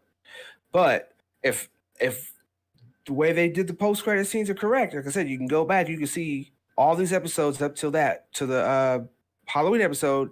After that, the little Full House thing that they built on that, they shatter that. And particles just go everywhere. So I wouldn't be surprised if that's kind of like a metaphor or an allusion to the fact that she was already talking about, Monica Rambeau was talking about building something that she could use so they could be able to break into the bubble. Gotcha. The way it looks, honestly, it doesn't look like it breaks or collapses in. It explodes, like it goes outward. I wouldn't be surprised if at the end of these events, the reason why we're able to get a James McAvoy, Michael Fassbender, Xavier, and Magneto is because that explosion, like we're saying, creates the mutants, and it also ripples the multiverse at the same exact time. Okay. So that's why that's what I'm saying, that you're using this show to show that these events have changed the entire reality, and that's their way in on creating mutants. And they not only just creating the mutants, they can create the mutants at any time point they want by this. No, if you honestly think about it. Definitely. Yeah, they can totally explode that and have it cover the whole world and change people into whatever they want to. So then with that being the case, then where would Mephisto fit in? Because what would his if we are to assume that he's going to be involved, then what is his goal? What is he to get into our dimension, to be able to get her power, to be able to soak up all that power and become the ruling entity in this dimension, period. He's trapped where he's at. You know what I'm saying?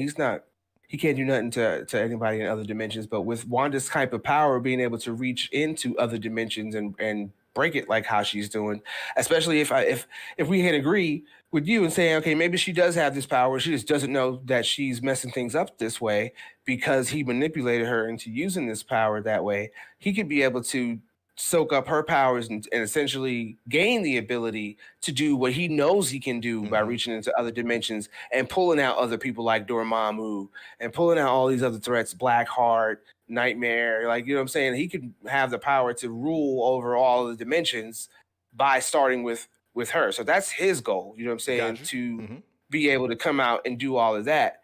But the only way he can be able to do it is by what she's doing now. And hopefully this conflict, in his terms, will explode cover the entire universe essentially. Because I think we're not even thinking about it, but and also it's something that we probably haven't thought about either. I just thought about we're not thinking about how far. We're saying that her powers can span over the Earth, but we're not considering how far her powers could actually expand and change the whole universe because it's multiversal. You know what I'm saying? That's my question though. Then that's what I was getting at. Is it's like where does her power stop? Like Right. at what point does she max out? Because like you said, she's got this ability now to manipulate just that area. Because again, one of the questions that, or one of the things that Vision told her in the previous episode was, we don't have to stay here. We can leave. And she was like, nah, we can't. So Right. there's obviously some sort of significance about where she is. And maybe it's not so much about where she is in terms of that being her choice, or maybe whoever she's working with saying, look, this is going to be where you need to be posted up. You know what I mean? But in terms of the multiverse thing, that's exactly my question, because if she was able to pull Pietro from his reality to this reality, and here's the thing, and this is what I think, and I think they set this up in the episode earlier. So the cat, and I can't think of his name, but the cat that was talking to Vision at the office, that Vision basically freed him temporarily from Wanda's spell to get him to tell the truth, or to get him to tell him what was going on. He was aware that he was being manipulated, his mind was being controlled, and he was being manipulated. Yeah. But he couldn't do anything about it. He couldn't do anything about it. But he knew it was going on, and the minute he was back under that spell, it was as if he totally forgot he had been talking to Vision, and it was back to normal. So from Pietro's standpoint, and it was the same thing with Monica. When she went in, she was basically playing right along with the whole thing when she was in character, if you will. But the moment she came off screen, or she came off the show, she was back to her normal self. She was cognizant of the fact that she was there, but it was almost as if she couldn't really make up until she made the comment about which is Ultron. Something, yeah. Which again, Wanda's moment of weakness probably in that moment, because she was closest to her. Okay, right. Is why I would say ripple in and out like that. I can buy that. I know where you're going. But with Pietro, I'm interested to find out what his take on it is once he's loose from her control, because I think that's when you find out. Because what I'm getting at is, I don't think he voluntarily decided to come to this dimension. I think he was snatched right out of where he was and put in this universe and in her simulation, if you will. But he can't do anything about it. No, Pietro. Oh, Pietro. Okay. I think he was yanked from wherever he, like from, let's just say, the Fox X-Men universe, and dropped here. And so when that happened, though, it's not like he's gonna be able to be like, nah, I'm not, this is not my home. Like, I don't know where this is. He's basically brought in and merged into this world that she's created, but he also has the same memories and everything else of him being gone, because he says you don't want to give your long lost brother, you're not gonna show some love to your long lost brother, or whatever he said. So that means he has some kind of knowledge that at some point he was gone, and now he's back. But in being back, he's not fully aware of what's going on right now in that scenario. So what happens when if he's able to break out of that himself? Do we find out that he was, does that give us more insight into exactly the implications of her powers are? I think that so like I was kind of right when I said last week that we were going to see things from both perspectives now. I don't think that's the end of the perspective shifts. I think with Agatha going in and out, because with her showing that she knows what the deal is, I think on that, what you're saying, like Pietro coming in and all that stuff, I think we're going to start seeing an inside perspective now. We were always getting the perspective of the show, but now that we're in the 80s and things are about to start coming toward modern times, 2000s, honestly, like you don't really need it. What do we age up from 2000s? what 4K, something we ain't got yet. Yeah. So once you start hitting the 2000s, that's it. You know, that's where we are now. And I think when it comes to that point, we're going to start seeing more inside the bubble conversations. Yeah. We're going to start seeing more behind Vision's back conversations. And then we're going to start getting into explaining how this all started and giving us a better context on why it is that we're not only getting the X-Men version of Quicksilver, but why it is he's still aware of everything that happened to him in the MCU. Right. And it's going to involve, I bet you it's going to involve seeing Agatha in the beginning. I bet you it's going to involve something with Dottie trying to stop them from doing it in the first place. Maybe Agatha and Dottie do know each other, and Arcana Dottie is actually the lead or the head of a witches council. And that's what all the other women came into play on that. And Arcana knows that Wanda first showed up and was having issues, because you got to think about it. They showed a little stuff in the trailers of my girl sitting in an apartment, in a home already, and she's flipping and changing stuff. Who set her up with that? She's technically not a citizen. Like, what happened with her at the end of Endgame and all that stuff? Did they finally grant her the amnesty that she needed so she can go live her life? Like, she was under protection. She was technically staying at a facility somewhere, you know? So who set her up with the ability to be able to go to a New Jersey neighborhood and sit and grieve with his body in order to figure out, or even without it, to figure out she has these powers? You know what I'm saying? So I think she went to Jersey. I think she met Agatha Harkness. She met Dottie before. And they kind of maybe set her up. But Dottie's suspicious of her, because in the second episode, when she's like, I promise you that I mean you no harm, Dottie outright, before any anything starts to happen where they reach her on the radio, she's already talking about, nah, I don't trust you. I don't believe that you're not here to cause this trouble, blah, blah, blah. She's already saying that. So I'm thinking, even though that she has a lot of these people under the mind control, like some of them require more energy than others, and that's why it comes and goes, why she has certain issues in doing that, because I think that there was a whole witches coven, and that's where those two come from. And Agatha probably just gave her the means and the will to be able to do it, and that's where we get the explanation on why they say that she's a Scarlet Witch, because this is where the idea came from. She met up with these witches, and she's just getting lost in her power now, and it's just getting crazy. Thanks to Agatha. So all of these questions that we got, man, they're gonna have to wait till next week. Oh yeah, without have question. to totally wait. That's the thing, though. It's like we getting to the point where we're on the second half now. We're on the back stretch, so we got to start getting answers on some of this stuff and quick. Now, the question I have for you is, how many of the big questions in terms of how Wanda's able to do what she's doing, who is actually behind this?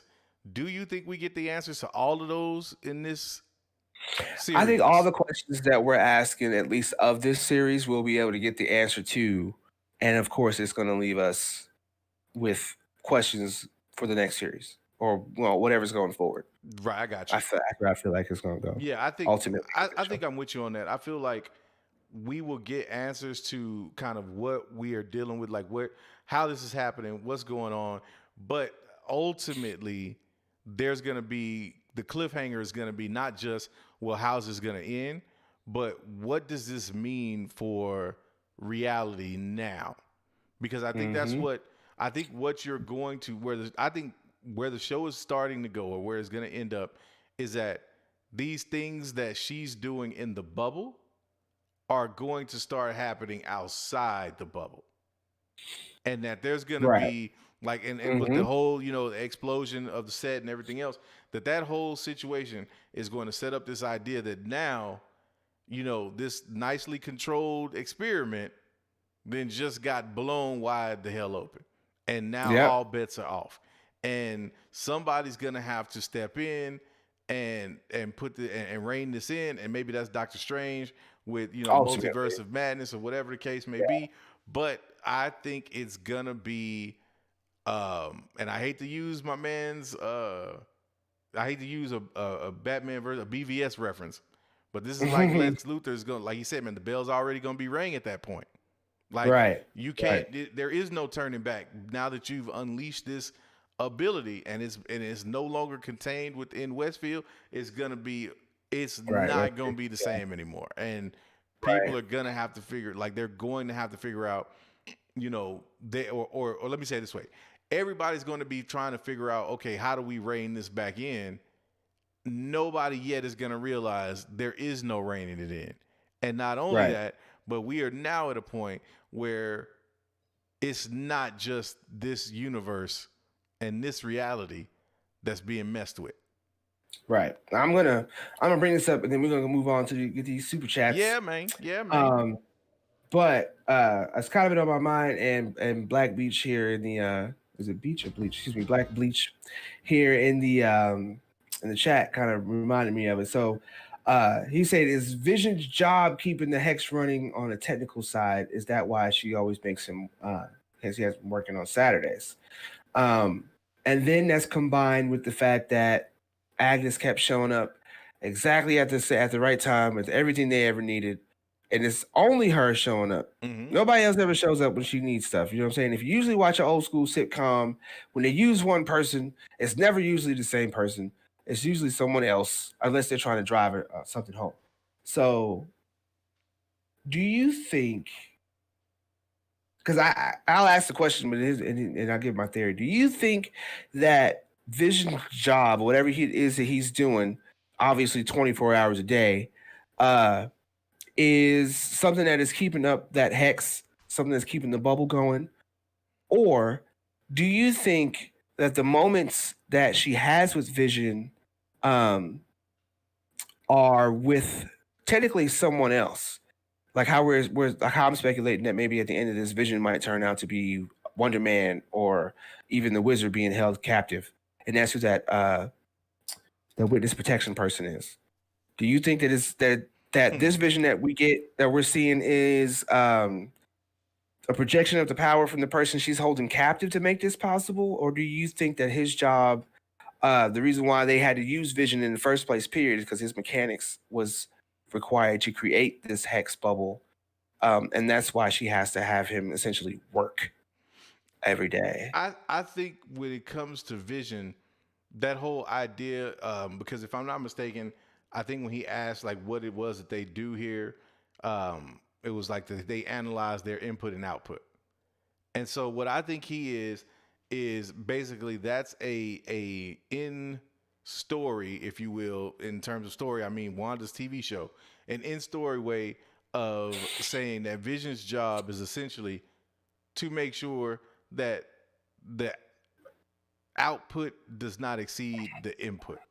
That because at that point, like basically maintaining the balance to where it's like, okay, Right, he is about. she's got to be in check enough to where what she's doing does not go outside of Westview. Like it has to stay there. You know what I'm saying? Right. And I think that's his job, is that they're using him as a measuring stick for that. Or his mental capacity, his ability to calculate and analyze data. They are using it for that purpose, to say, okay, from a scientific standpoint, we need to see just how much power she's operating with and how much power it's requiring for her to maintain this reality. Because they're trying, for whatever reason, whether it's they're trying to determine if it's enough, you know, if it's power that they can sustain, or if it's, you know, whether she can sustain it, can they control it? You know, is it finite? Is it infinite? Is it, you know, that's what I think where that plays in. But I don't think that it is that Vision is the integral part of holding that together. I think it's more of an observational thing with them. And I think that Vision is whether, and this is the question, this is the bigger question I have, is this Vision, or is this somebody else kind of controlling Vision, if you will, or being melded with, like you said, Wonder Man, or whoever it might be. Right. Is that what we're seeing, or is this actually Vision? Because the question is, or the thing that strikes me is, he doesn't remember how he got there. He doesn't remember anything prior to him being there with her. So, but he's realizing that there's something he doesn't remember. So it's like, and I'm wondering because, we get the scene, or we've seen the scene in the trailers where he pulls up on Agatha, and she's like, asking him, he's like, she goes, am I dead? And he's like, no, why would you ask me? And she's like, because you are. Like, is that somebody, because that to me seems like if she's working with whoever is trying to manipulate Wanda, then that to me is like them intentionally trying to poke the bear to destabilize the situation. So, right, because it's grown to this point now. That's my point. The fact that we got this 80s Pietro, now they don't need her to maintain the bubble. They need her to expand it in a way that they can extend their reach. And that's why, because I think it's bull. The part where, I know what part you're talking about, where Vision walks up to her and then when she's in the cab or whatever, in the car or whatever, he touches her and essentially releases her. Exactly. And you can see he has that power to release people from that. Now, honestly, that's kind of like a Mind Stone power. But with, like Bruce Almighty mentioned earlier, Vision's never had super speed before. And she's like, you got speed and flight. Like, I've never seen Vision run fast before. When has he ever done that? Never. He always flies everywhere. He can fly super fast. And yeah, he can kind of like move really quick, but he's always kind of like in the air. You know what I'm saying? He doesn't really run Yeah, I got you. all the time where you can see him do all these types of things. So I think whatever version she created to make this Vision work it's pieces of what she took from him and a biological part. There's two parts to it. And I think that's why ultimately it's best if he doesn't remember that he's dead, because that destroys the balance that you're talking about, his computational services. I think that has a lot to do with, like you're saying, it's a visual standpoint for Wanda to be able to keep her balance and keep that hex going. Gotcha. And it's also a biological, physical element that he has to go back to whatever point where is this job? What place does she always keep sending him to go to work? And why is it important that he goes there? You know what I'm saying? Right. So I think that there's a give and take. It's like you can have your version of Vision that you want outside, but he has to return to this point in order to mind meld or whatever case with this other thing. And that's the whole thing. And that's how it works. Yeah, exactly. And that's the whole thing with her telling him that they couldn't leave, is because that's a condition of the arrangement, is that they have to stay put. Like, it cannot go beyond this point. Because my thing is, if the idea was for them to just completely destabilize the thing and then push her powers to the limit, then why not let Vision say, we can take this wherever, and then allow her to do that? You know what I mean? I think it's a measured, they're taking a measure, whoever it is that's controlling the situation is taking a measured approach, and they're doing it just to see how far or how strong she really is. And that's where, like I said, I don't think we really realize just yet on what level and how serious and crazy the implications are of what's happening with her, because we don't know yet who's actually behind it. Because in my mind, it could be, Mephisto might have something to do with it, but it also, I'm thinking, well, why the hell couldn't it be that the scroll or sword or some kind of combination of both, aim, however you want to look at it, that they're not, like, this ain't them? Because you think about it and you say, okay, we're coming off of an event where we just had, people, half of the population gets snapped away. And then, through the power of the Infinity Stones, the Avengers are able to essentially snap them back. So you have but to everybody else on the planet, these people were lost for 5 years. They were gone. There was no intention of them coming back ever. And I don't think the Avengers were doing press conferences going, yeah, well, we talked about it, and it's not really any way for us to get these people back. I think that information is like kept in-house. So when people start to realize that all of these people are back, you've got to have organizations like AIM, like SWORD, like SHIELD that are like, hold on. We need to make sure we have a handle on all of this magic and technology shit, because this is getting out of hand. And if you've got Vision's body in custody, and if you know that he was closely connected to Wanda, this could be a situation where maybe one of those organizations is even working with a Mephisto in a way, because and maybe because of his own manipulation, to where he's like, hey, look, this is, where he's got them convinced that she's the threat. and that this is the best way to contain and to really see and observe what her powers really are. You know what I mean? Because it's kind of like the situation where it's like kind of like in Far From Home, where you had Mysterio basically trying to create this or trying to play off of the fear that people had as a result of the blip, and saying, look, you thought that was bad. There's all these other elementals out here that you need somebody that can help save you from that. It could be the same type scenario with Wanda, where it's like, nah, you know what? We need to make sure that we are prepared for whatever could come next. So we need to make sure from that standpoint that we understand what we're dealing with here on Earth already. So it could, I mean, and that's where I think that for me, it gets really interesting is the idea that we could even start exploring on a meta level, the ethics of experimentation and kind of playing with people's, minds or playing with, their abilities and things like that. And whether or not that should even be a thing because of what, we could potentially be letting loose in the world or in the universe. So that's where it gets really interesting to me, because I feel like we still, as much as we know and as much as we've been able to piece together, that's the part of it that we still have no idea about, because we don't know who's on whose side or what those allegiances are or where people stand post Endgame. We have some idea of what's happened and like what's going on, but we don't really know what Sword's position is on all of this yet. We don't know if there's any other, organizations out there. Hell, for all we know, Oscorp could end up playing a role, and Oscorp could have their own agenda in terms of what they, know what information they know and what they might be hoarding, and not sharing with some of these other organizations. And that's probably how we get people like Osborn and the Thunderbolts and stuff like that. Like do this kind of multiversal pool. We already see that we got J. Jonah Jameson from Toby's Spider-Verse. Right. And so and where that leads for me normal. And where that leads for me is, if you know that you've got all of these entities that could be potentially trying to get as much know as much about what's going on as possible, you as the heroes, if you will, would also want to make sure that you are one step ahead of everybody else. Cue the Illuminati.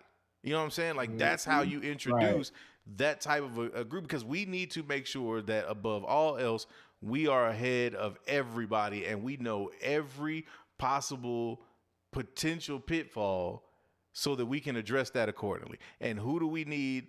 What team of people do we need to make sure that we stay on top of that?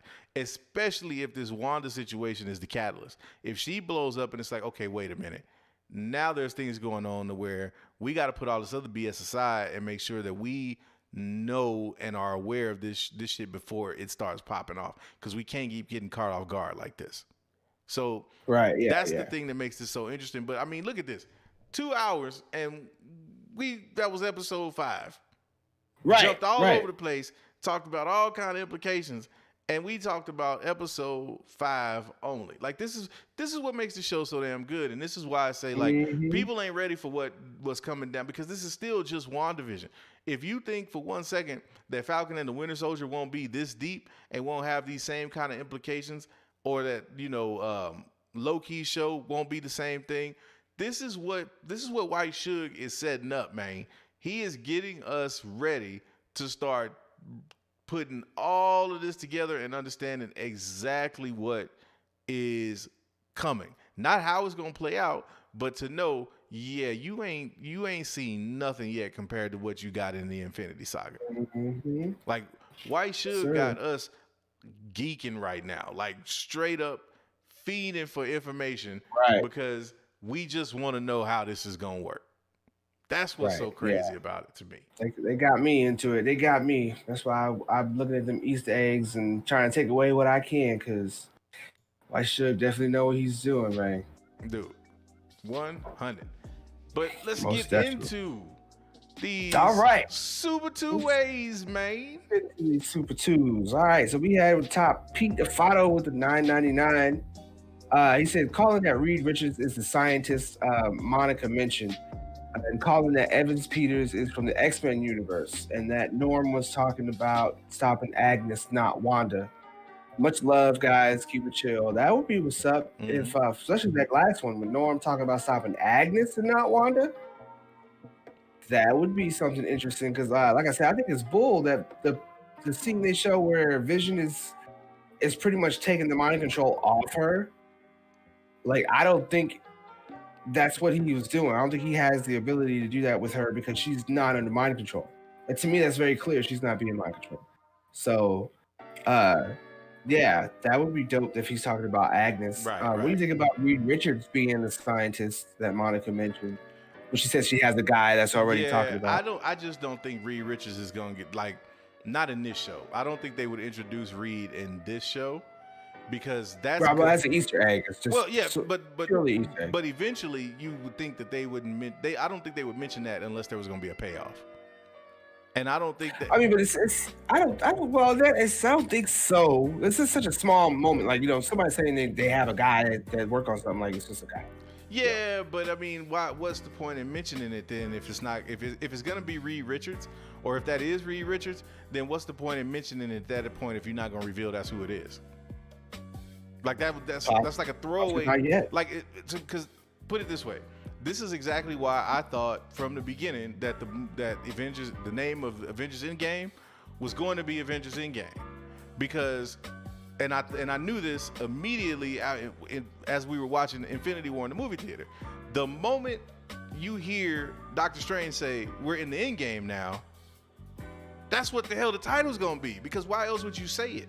Why else in that moment, with that positioning, would you say, "We're in the end game now," when you consider everything that was happening?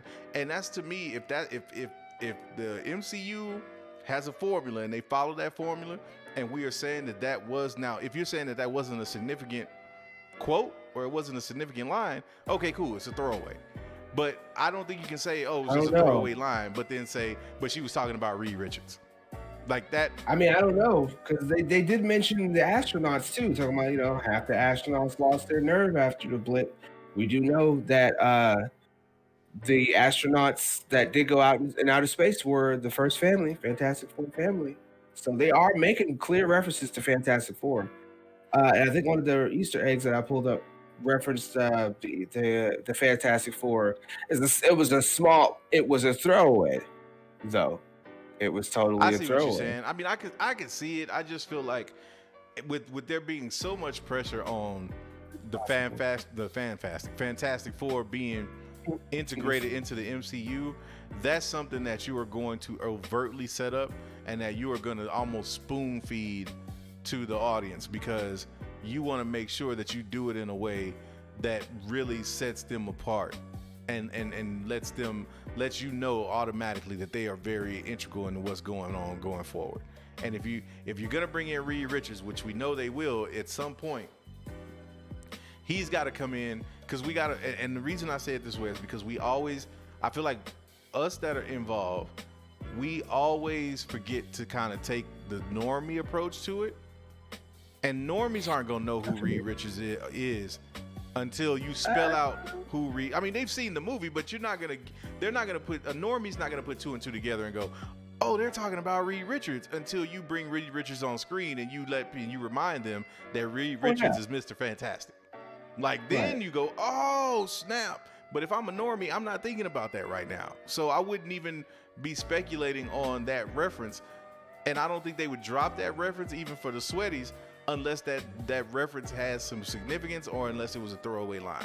But if you're going to say that they were talking about Reed Richards, then that tells me that they intentionally put that line in the episode to then pay that off later. And I just think that if that's going to be the case, then I don't think that Reed Richards is going to show up in this show. No, I totally agree with that. Reed Richards is definitely not showing up in this show. Like, okay, 100, that's not happening. Bet. Yeah, so then we're on the same page. So I do think I ain't going that far. I do think it's some significance. I just don't think that they're, if that's Reed Richards, we won't find that out now. No. Well, I think they're saving all that for Quantum Mania, but they're not holding any punches and letting people know you are definitely going to get these properties because we are already the difference between this phase, phase 4, and all the other phases is we are used to how MCU does things now. Mm-hmm. That even the small little throwaway things that we normally would have missed back in like 08 when Iron Man was doing the same thing, throwing all these little Easter eggs alluding to other characters, we're catching the hell out of them now to the point where they don't make sense to us in this moment. But they'll tie it into like a future movie or something like that, and we'll be like, "Oh, remember Monica Rambeau brought him up in episode 5 of WandaVision, and this is like 3 or 4 months later." No doubt. I got you. Yeah, we on the same page as usual. Yeah. That's why I try to listen. There you go. When we get to these moments, I shut the hell up. Who else we got Keaton. We got Keaton Haas with the $10 holler. Appreciate you, He said, I'm new to Marvel. I've been binging the MCU timeline movies. I'm up to Age of Ultron. I'm understanding more. Without even really knowing Marvel, I appreciate how good this show is. He hit us with part. That's what's up. Hey, that man. I'm glad we're going let back me and know. watching. Look, Keaton. So you at Age of Ultron now. I need you to keep checking us out like you've been doing. But once you get to Infinity War, not Endgame, but once you've seen Infinity War, I need you to come back and I need you to let us know what you think, man, and how do you view the way that they played that out, and what were your thoughts? Because I'm curious to know for people, because I do the same thing with Star Wars. Like when I hear somebody who's just watching Star Wars, I always am curious to know how it hits you, right? Especially when you have some context of where it's going now, and you going back now to kind of catch up and realize where, like, do you connect the dots, or were you able to connect the dots better, having like knowing where things stand now and then going back and seeing how you got there, or are you able to put more of it together just as you go? So let us know about that one, homie. Appreciate that love. Sir. Yes, sir. And Stephen Brooks, you are a Nerd Avenger now. Welcome. Welcome, sir. We got that Spider-Man booth with $5 holler. He said, "You think it's Agnes' girl that controlling the situation, or Mephisto?"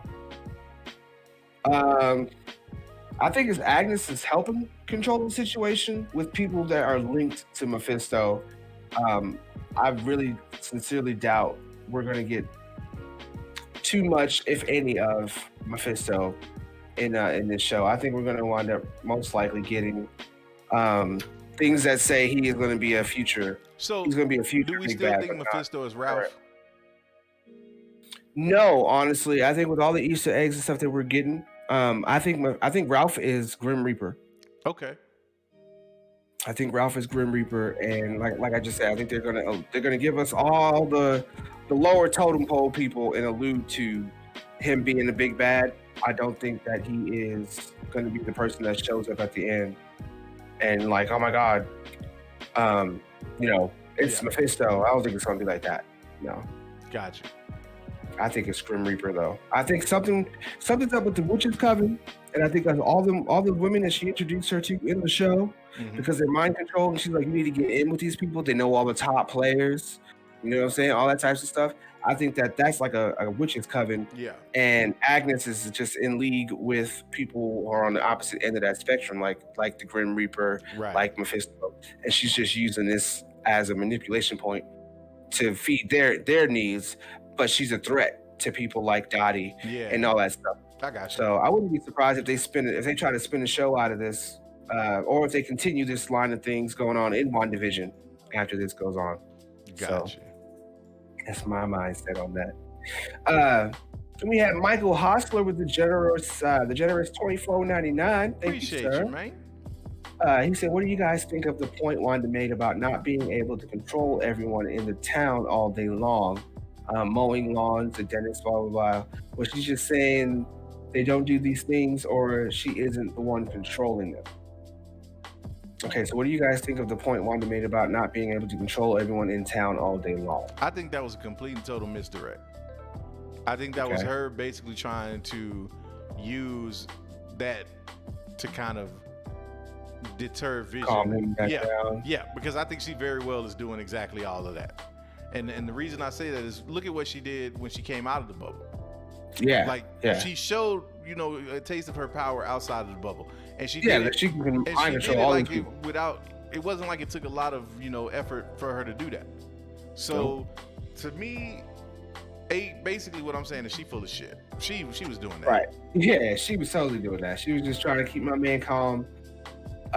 I think on her end, because she loves him. It's bitching. Right. She doesn't want whatever they got going on in the end. I don't think I think that's what Monica's point was. She doesn't feel like she's doing this as an act of terrorism. She's not doing this because she wants to try to take over the complete end of New Jersey. She's not trying to take over the United States, the earth, or anything like that. She's grieving. She wants a space of her own. And this is just what it looks like when a superpowered being grieves over somebody they want to be alive. They tend to take over a 5-mile radius and build a secret wall. Exactly. This is normal. This is like, what else we would do. you expect? Right. You know what I'm saying? They do that there. So yeah, she's totally behind all that. Word. We got Rogue Soul coming through with the $10 holla. Thank you, sir. Mm-hmm. I think Pietro is showing. I think Pietro showing is proof that Wanda's powers are close to the comics than we realize her powers. We're like, oh, if we only had this, then boom, that shows up. Also, Keanu or Ghost Rider or bust. I was waiting for it. Yeah. Oh man. But no, you definitely on to something with that. Definitely for sure. Yeah, I think her powers, him showing up is definitely proof that Wanda's powers are closer to the comics.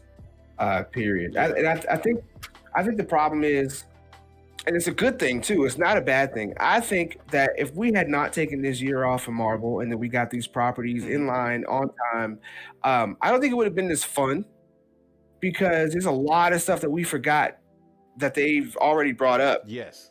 And from when we were going to move forward, and we probably wouldn't have dissected this show as much as we have now, if we had gotten it when we were supposed to.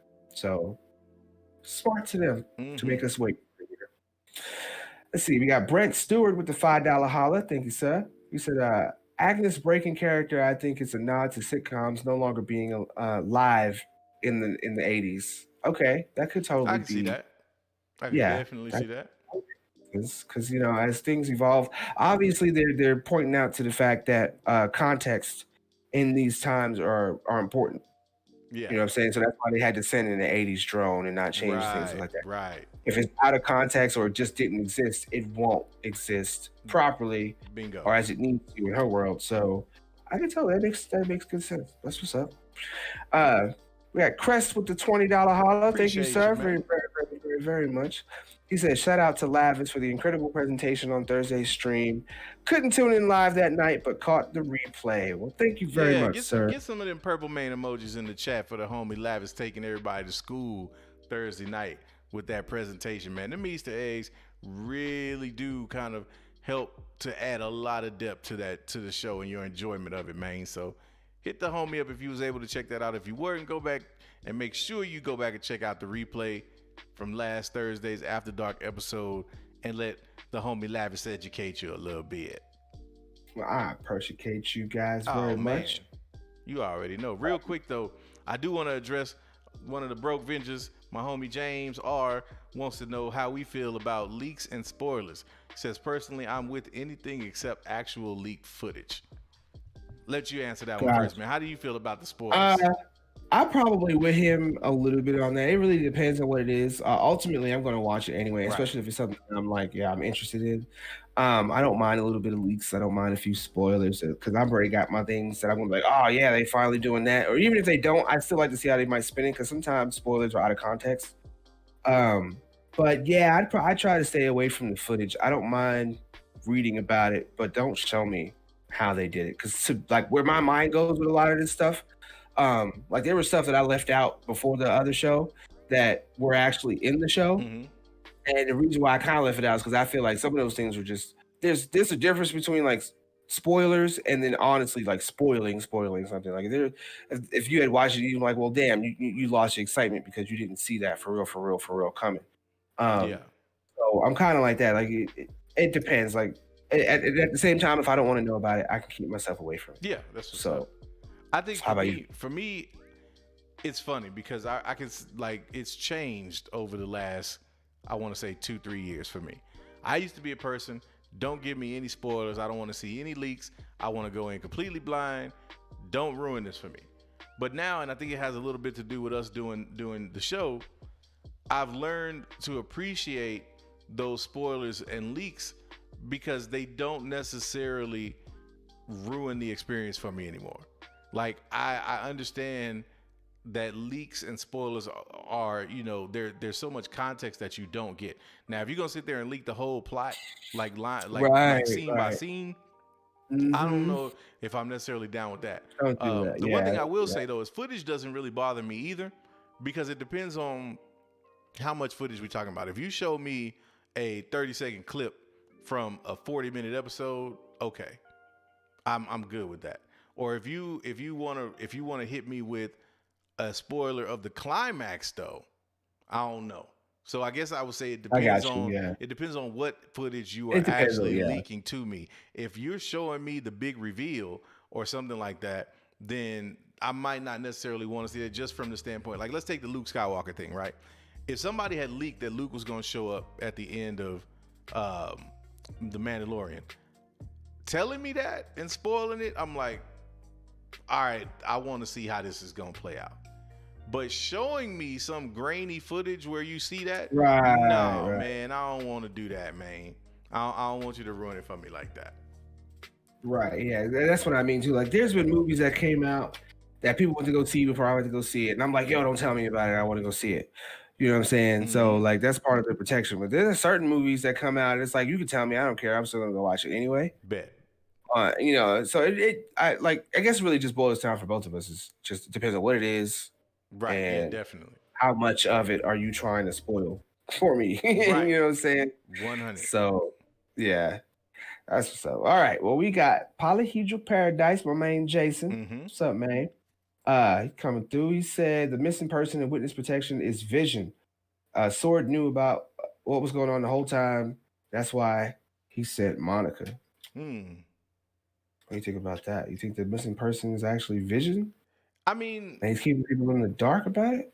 It could be. I mean, it could definitely be and that would be a cool twist if it turned out that was the missing person, and they were just kind of keeping that on the DL.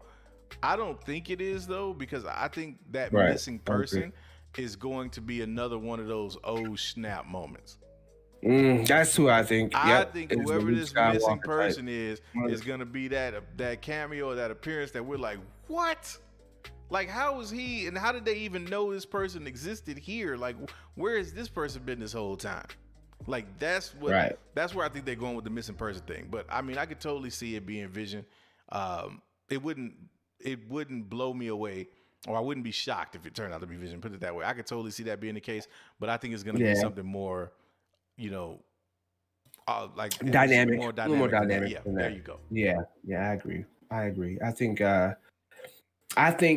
I don't think the two are too far apart. Yeah, no, I agree. I'll say that. I think whoever the missing person might be have a link to Vision being able to come back in this way. But yeah, I agree. I think it's a lot more complicated and dynamic than that. Word.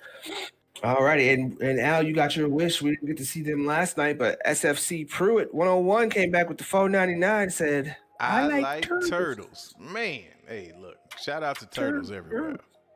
Shout out to Turtles everywhere. Shout out to Turtles everywhere. Yeah, man. We got Big Stevie W came through with the $2 holler. Thank you. He said, Al, stand up so I can see that shirt. Now, I'm going to do that for you, Stevie, but it's funny, man, because I saw you in the comment and I was getting ready. I was going to try to find the right time to slide it in, man. But you hit me with the $2 super chat, so let me go on and give you a peep, man. This was courtesy of Star Wars Celebration 2020, man. Had to get the Vader, nice. Bro. Had to get that Vader. Nice. Yeah, man. Pretty dope. Me like it. Yeah, I had to pick that up, man. I don't even know if they're still selling them anymore, man, but Star Wars Celebration website, that's where that bad boy came from. Hell yeah. Appreciate that $2. Yes, sir. Let's see here. I saw that we got Pete Afato again with the $14.99. He said, what's your thoughts on Vision talking to Norm without Wanda's mind control before this episode. On the board in episode 4, it said Norm was awakened by a vision that he seemed he knew how to talk to him already. Okay, so yeah, I got a question for y'all. I guess all of y'all in here about this, because there were, so that was my exact point where I said I left certain things out on the Easter eggs. I went back and watched a few things and read some things. I don't know if I might have missed it or what and where I missed it, but there are some things that have shown that shield or sword or whatever in their research and some of the stuff on that board precedes the episodes we've seen already. Right. Like, there's some things on that board that they haven't shown us at all. And I guess we're just now starting to either catch up or see them now. And that is one of them where it does say that Vision already woke him up and spoke to him about certain things. Mm-hmm. And there was another one too that I saw in there that I went, and that's why I rewatched them, because I didn't see this. And I think it even said it in that it hasn't been shown yet. So where did it come from? There's a couple different things that's like that. And I don't really know what to make of it, other than the fact that maybe there was just, we love Marvel and MCU so much that we forget that they're still human, and there are just some things that they just botch, they just fuck up. Yeah, you know, it just happens. I mean, yeah, it happens. Yeah. It definitely happens, man. But I think Feige's the type of cat that will find a way to go back and fix it. And I think that's exactly what some of this is when it comes, like we were talking about earlier, when it comes to Wanda and her backstory. So I don't know if necessarily that was a fuck up, but it wouldn't be beyond them to make that mistake or that little snafu. But Feige's gonna clean it up one way or the other, man. Most definitely, yeah. He'll totally fix it all up. And Leonard just came through with $3.99. Mm-hmm. He said Monica called Jane Foster, calling my shot. Hey, now that I could get with that. I could get with that, because that'd be a lovely little tie-in and prerequisite to Love and Thunder, and kind of bringing her back before they just we get to the actual movie. So I could totally see that. I see trends saying Jane wasn't an engineer, so yeah, I'm a lean. If I don't quite remember her background exactly from the movie. So yeah, if she wasn't an engineer, then I probably wasn't her. Yeah, I don't think. But there is some significance to whoever that person was that they dropped a reference to. That's gonna be somebody that's gonna play a role later on. Because she's talking about somebody's building something, and we kind of see it. And that's another thing I saw too that I left out of the Easter eggs, or at least the future stuff. There's already like clips of her in that contraption she's talking about making to break through. There's already inside clips of that, and the helmet and all that stuff alluding to her, like her mom's stuff and the photon and all that stuff. That's why I was like, I'm pretty sure she's gonna become Photon. More than I think that of them trying to replace Captain Marvel. Mm-hmm. Like, they can have their cake and eat it too by using both of them, all the different names that she had. So, cool. I'm gonna give an earlier special shout out to Mary Ann Johnson, because I'm just gonna be that guy, because we're gonna see if she's right or not. She was talking earlier when we were talking about Pietro and Evan Peters, and she was like, when Evan Peters comes in and they show him from behind, he throws his hands up, and she said that there's a mirror and you can see he has demons for hands. And so she's saying that she believes that Quicksilver is actually Master Pandemonium coming through. It's not a real tangible Quicksilver. It is Master Pandemonium. So she said she wanted us to remember when they say it's Master Pandemonium, remember her name. So here we go. We got it on camera. We got it on video. If it's correct, feel free to pull this up, and we will give you for that. But if you wrong, baby girl,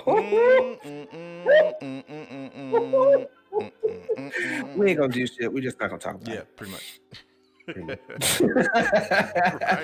It goes down to man, it. that's too funny. When you get to that. So was that all of the Super Two That ways? was all of the Super Two ways. We are free to chill with the people in. That's what's up. We'll kick it 5 more minutes. Yeah, we kick it And then with we're y'all gonna 5 bounce up more out of here and minutes. get to some of this taking advantage of a little more this Saturday. Yes, sir. Matter of fact, so while we chilling, let's switch it up a little bit. What plans do people have for the evening? Like anybody doing anything special tonight? Anybody doing anything? Looking forward to anything We special? got the Super Bowl tomorrow. Y'all people prepping for the checking Super that Bowl? out. Checking that out. Yeah, what's going on? You got to pick, man. You into the foosball. You got to pick for the game. I am into it, but for some reason, some odd reason, man, I don't know what it is. This year, I do not care about it. Typically, every year, I'm like, who's doing a party? What's going down? I want to chill with my peoples during the Super Bowl, and this is the first year. I'm like, I didn't even know who was in it. Oh man, didn't even care. To be honest, I don't know why it was like that for me this year. Maybe because I think it's candy and all that. Yeah, I was just gonna say. I think the current state of the country and the world, people's minds is on other things this time around. So it is what it is. I'm personally, I've been following football a little bit this season. I'm a Cowboys fan, unfortunately. But since they ain't sniffed the Super Bowl since probably the time of Captain Marvel in the MCU timeline. Right. I'm gonna have to go with the Chiefs, man. Pat Mahomes is that dude. I'm a big time. I have no shame in saying I'm a Tom Brady hater. I respect his accomplishments. He is the GOAT, but I reserve the right to hate everything about him on a football team or a football field. So I hope he loses by 38. I hope he throw 5 interceptions, and then Patrick Mahomes is like making this boy look foolish. So that's where I'm going. Let's go Chiefs. Oh man, we got Second Street saying go Bears. Dylan, go Birds. Mr. Anderson, he's with us. Go Cowboys. That's what's up. Man, there's plenty of room over here, man. There's plenty of room on the bandwagon because we got to bounce back sooner or later. I'm just not betting any money on it. Right. No, I don't gamble. I'll politely throw in the ballot and be like, maybe they'll win, but I don't gamble, man. I'm not too big into it either, man. Although I used to do the pots, man, when the Super Bowl come around and people would be doing the little numbers pots or whatever. I might be incriminating myself by saying this, but I used to put like 5 on it. Be like, hopefully I guess I was out, because that's the kind of gambler I am, man. Like I've never been to Vegas, so I don't, but I have been to a casino. I just don't see myself as the person who's gonna sit in a casino, like pulling slots for 3 hours. Like I'm more of a big bet dude. Like I want to invest to see if I can make a big. Like I'm a scratch off guy. Like every now and then I get an itch and buy like $20 worth of scratch offs, hoping that I get me a cool million. But then once I realize I done just wasted $20, I go back to my regularly scheduled nerve engine. Right. Right. Yeah. Yeah. When I was 16, this is not exactly gambling, but I guess it is. Carnival. I was playing this game at the Carnival, man, and I literally, before I even realized it, I blew like $120. That's what I'm saying, playing man. This particular game. And I don't know. I looked at it as a whole. It's all a form of gambling because even though it might be, it's a game of probability and it's rigged a certain way, you're still willing to throw your money in on that stake, that chance that you can win something. Right. And just the chance part is what makes it gambling. So I don't know. After I realized I blew, because at the time I was 16, but I still had a job, and I blew like almost half my check. You're like, no, I'm not gonna do it. My 30s now, and I have not done it since. I ain't bought a scratch off. I don't play the lottery. I don't do none of that stuff, man. So that's what's up. It is what it is. I saw a question in here. What was that? Oh, from James R. He said, did y'all talk about the Reddit thread saying we're getting a Falcon and Winter Soldier trailer during the Super Bowl? Man, who knows what trailers we're gonna get during the Super Bowl? Everybody was sadly mistaken when they thought they was gonna get that Spider-Man trailer. Mm-hmm. We did not get nothing close to it. Nathan like that, no. So, and I think the age of trailers, like as we know it, are dead anyway, because ain't nobody going to the movies. Yeah, I wouldn't say that though. Like, there's still. I said as we know it. I think movie trailers is probably a thing that's kind of, going to slowly kind of dwindle. Like the hype, like movie theater trailers. Yeah, let me say it this way: the hype surrounding trailers is, as we know it, I think it's over. I don't think trailers are ever going to go away. I don't think the trailer in the form that we know it will ever go away.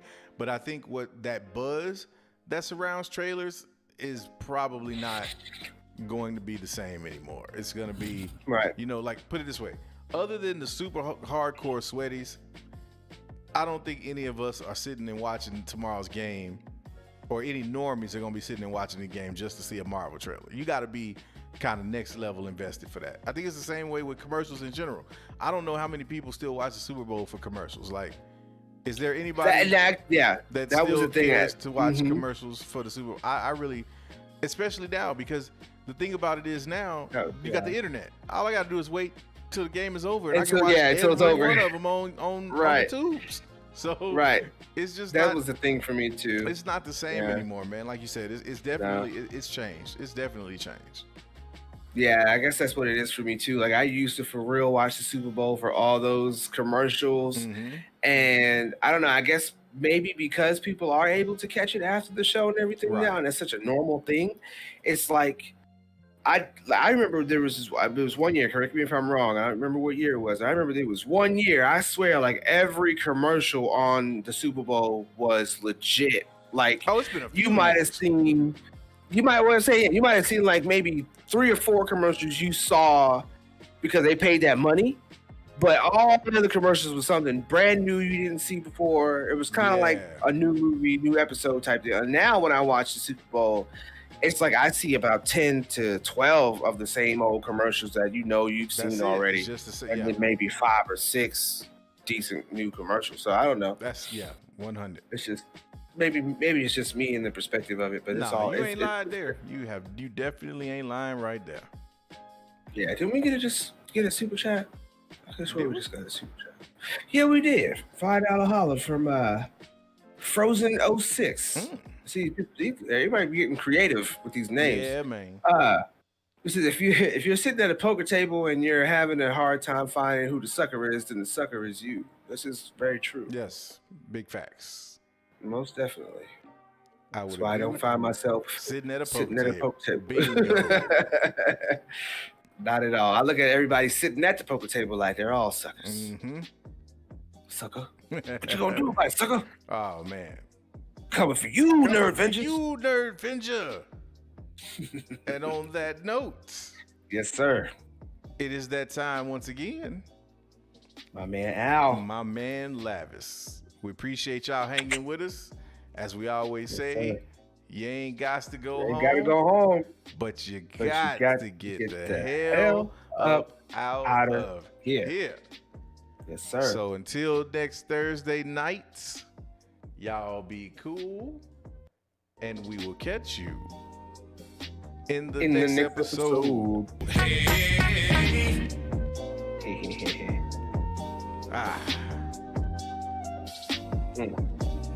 These clouds was looking pretty good too. Yeah, man. I want powdered donuts now. Looking at these clouds. You know, it's funny, man. Like you said that, and right at that moment, I remembered I got some ice cream in my freezer. Oh man, I just threw mine away. I bought a big tub, and I just never ate it. Nah, we went to this ice cream spot. I think last night. Yeah, on the way home last night, and I picked up some sweet cream ice cream with waffle cone and Heath bar mixed into it. Oh man! Then I came home and I whipped up some peanut butter caramel topping and put that on the ice cream and stuck it back in the freezer so that it'd be just right. Man, yeah, that sounds that's big delicious. Boy moves right there. That's that. I'm gonna pay for it in my hips type stuff, but. You know, we in Texas, man. We don't be caring. We just be down here eating. I do need to get in some shape though. I can't lie. I think we need to talk about food more often. Hey, look, I'm trying to tell you, maybe we need an after dark gourmet show, man. Let people know how to do it. Call it after brulee. There you go. I'm with that. I don't know why. It's just what it is. I'm just saying. See, look, if we were still with the peoples and not floating above the clouds, I might ask for a couple of them purple emojis in the case they like that idea of us talking about food like that and dropping a weekly recipe on them or something like that. I don't know this person very well, but if I was to have a hunch, I would think that maybe Whitney De Leon is not feeling the food, but if I could imagine seeing purple emojis, I would say that they showing up right about now. You and me both, man. I would think that I would think that it would just start flowing in, man. Because we love food. Oh, we just don't eat all day. That's it. Because we out in these streets. Yeah, what do we be doing in them streets? Man, we nerd veg every day.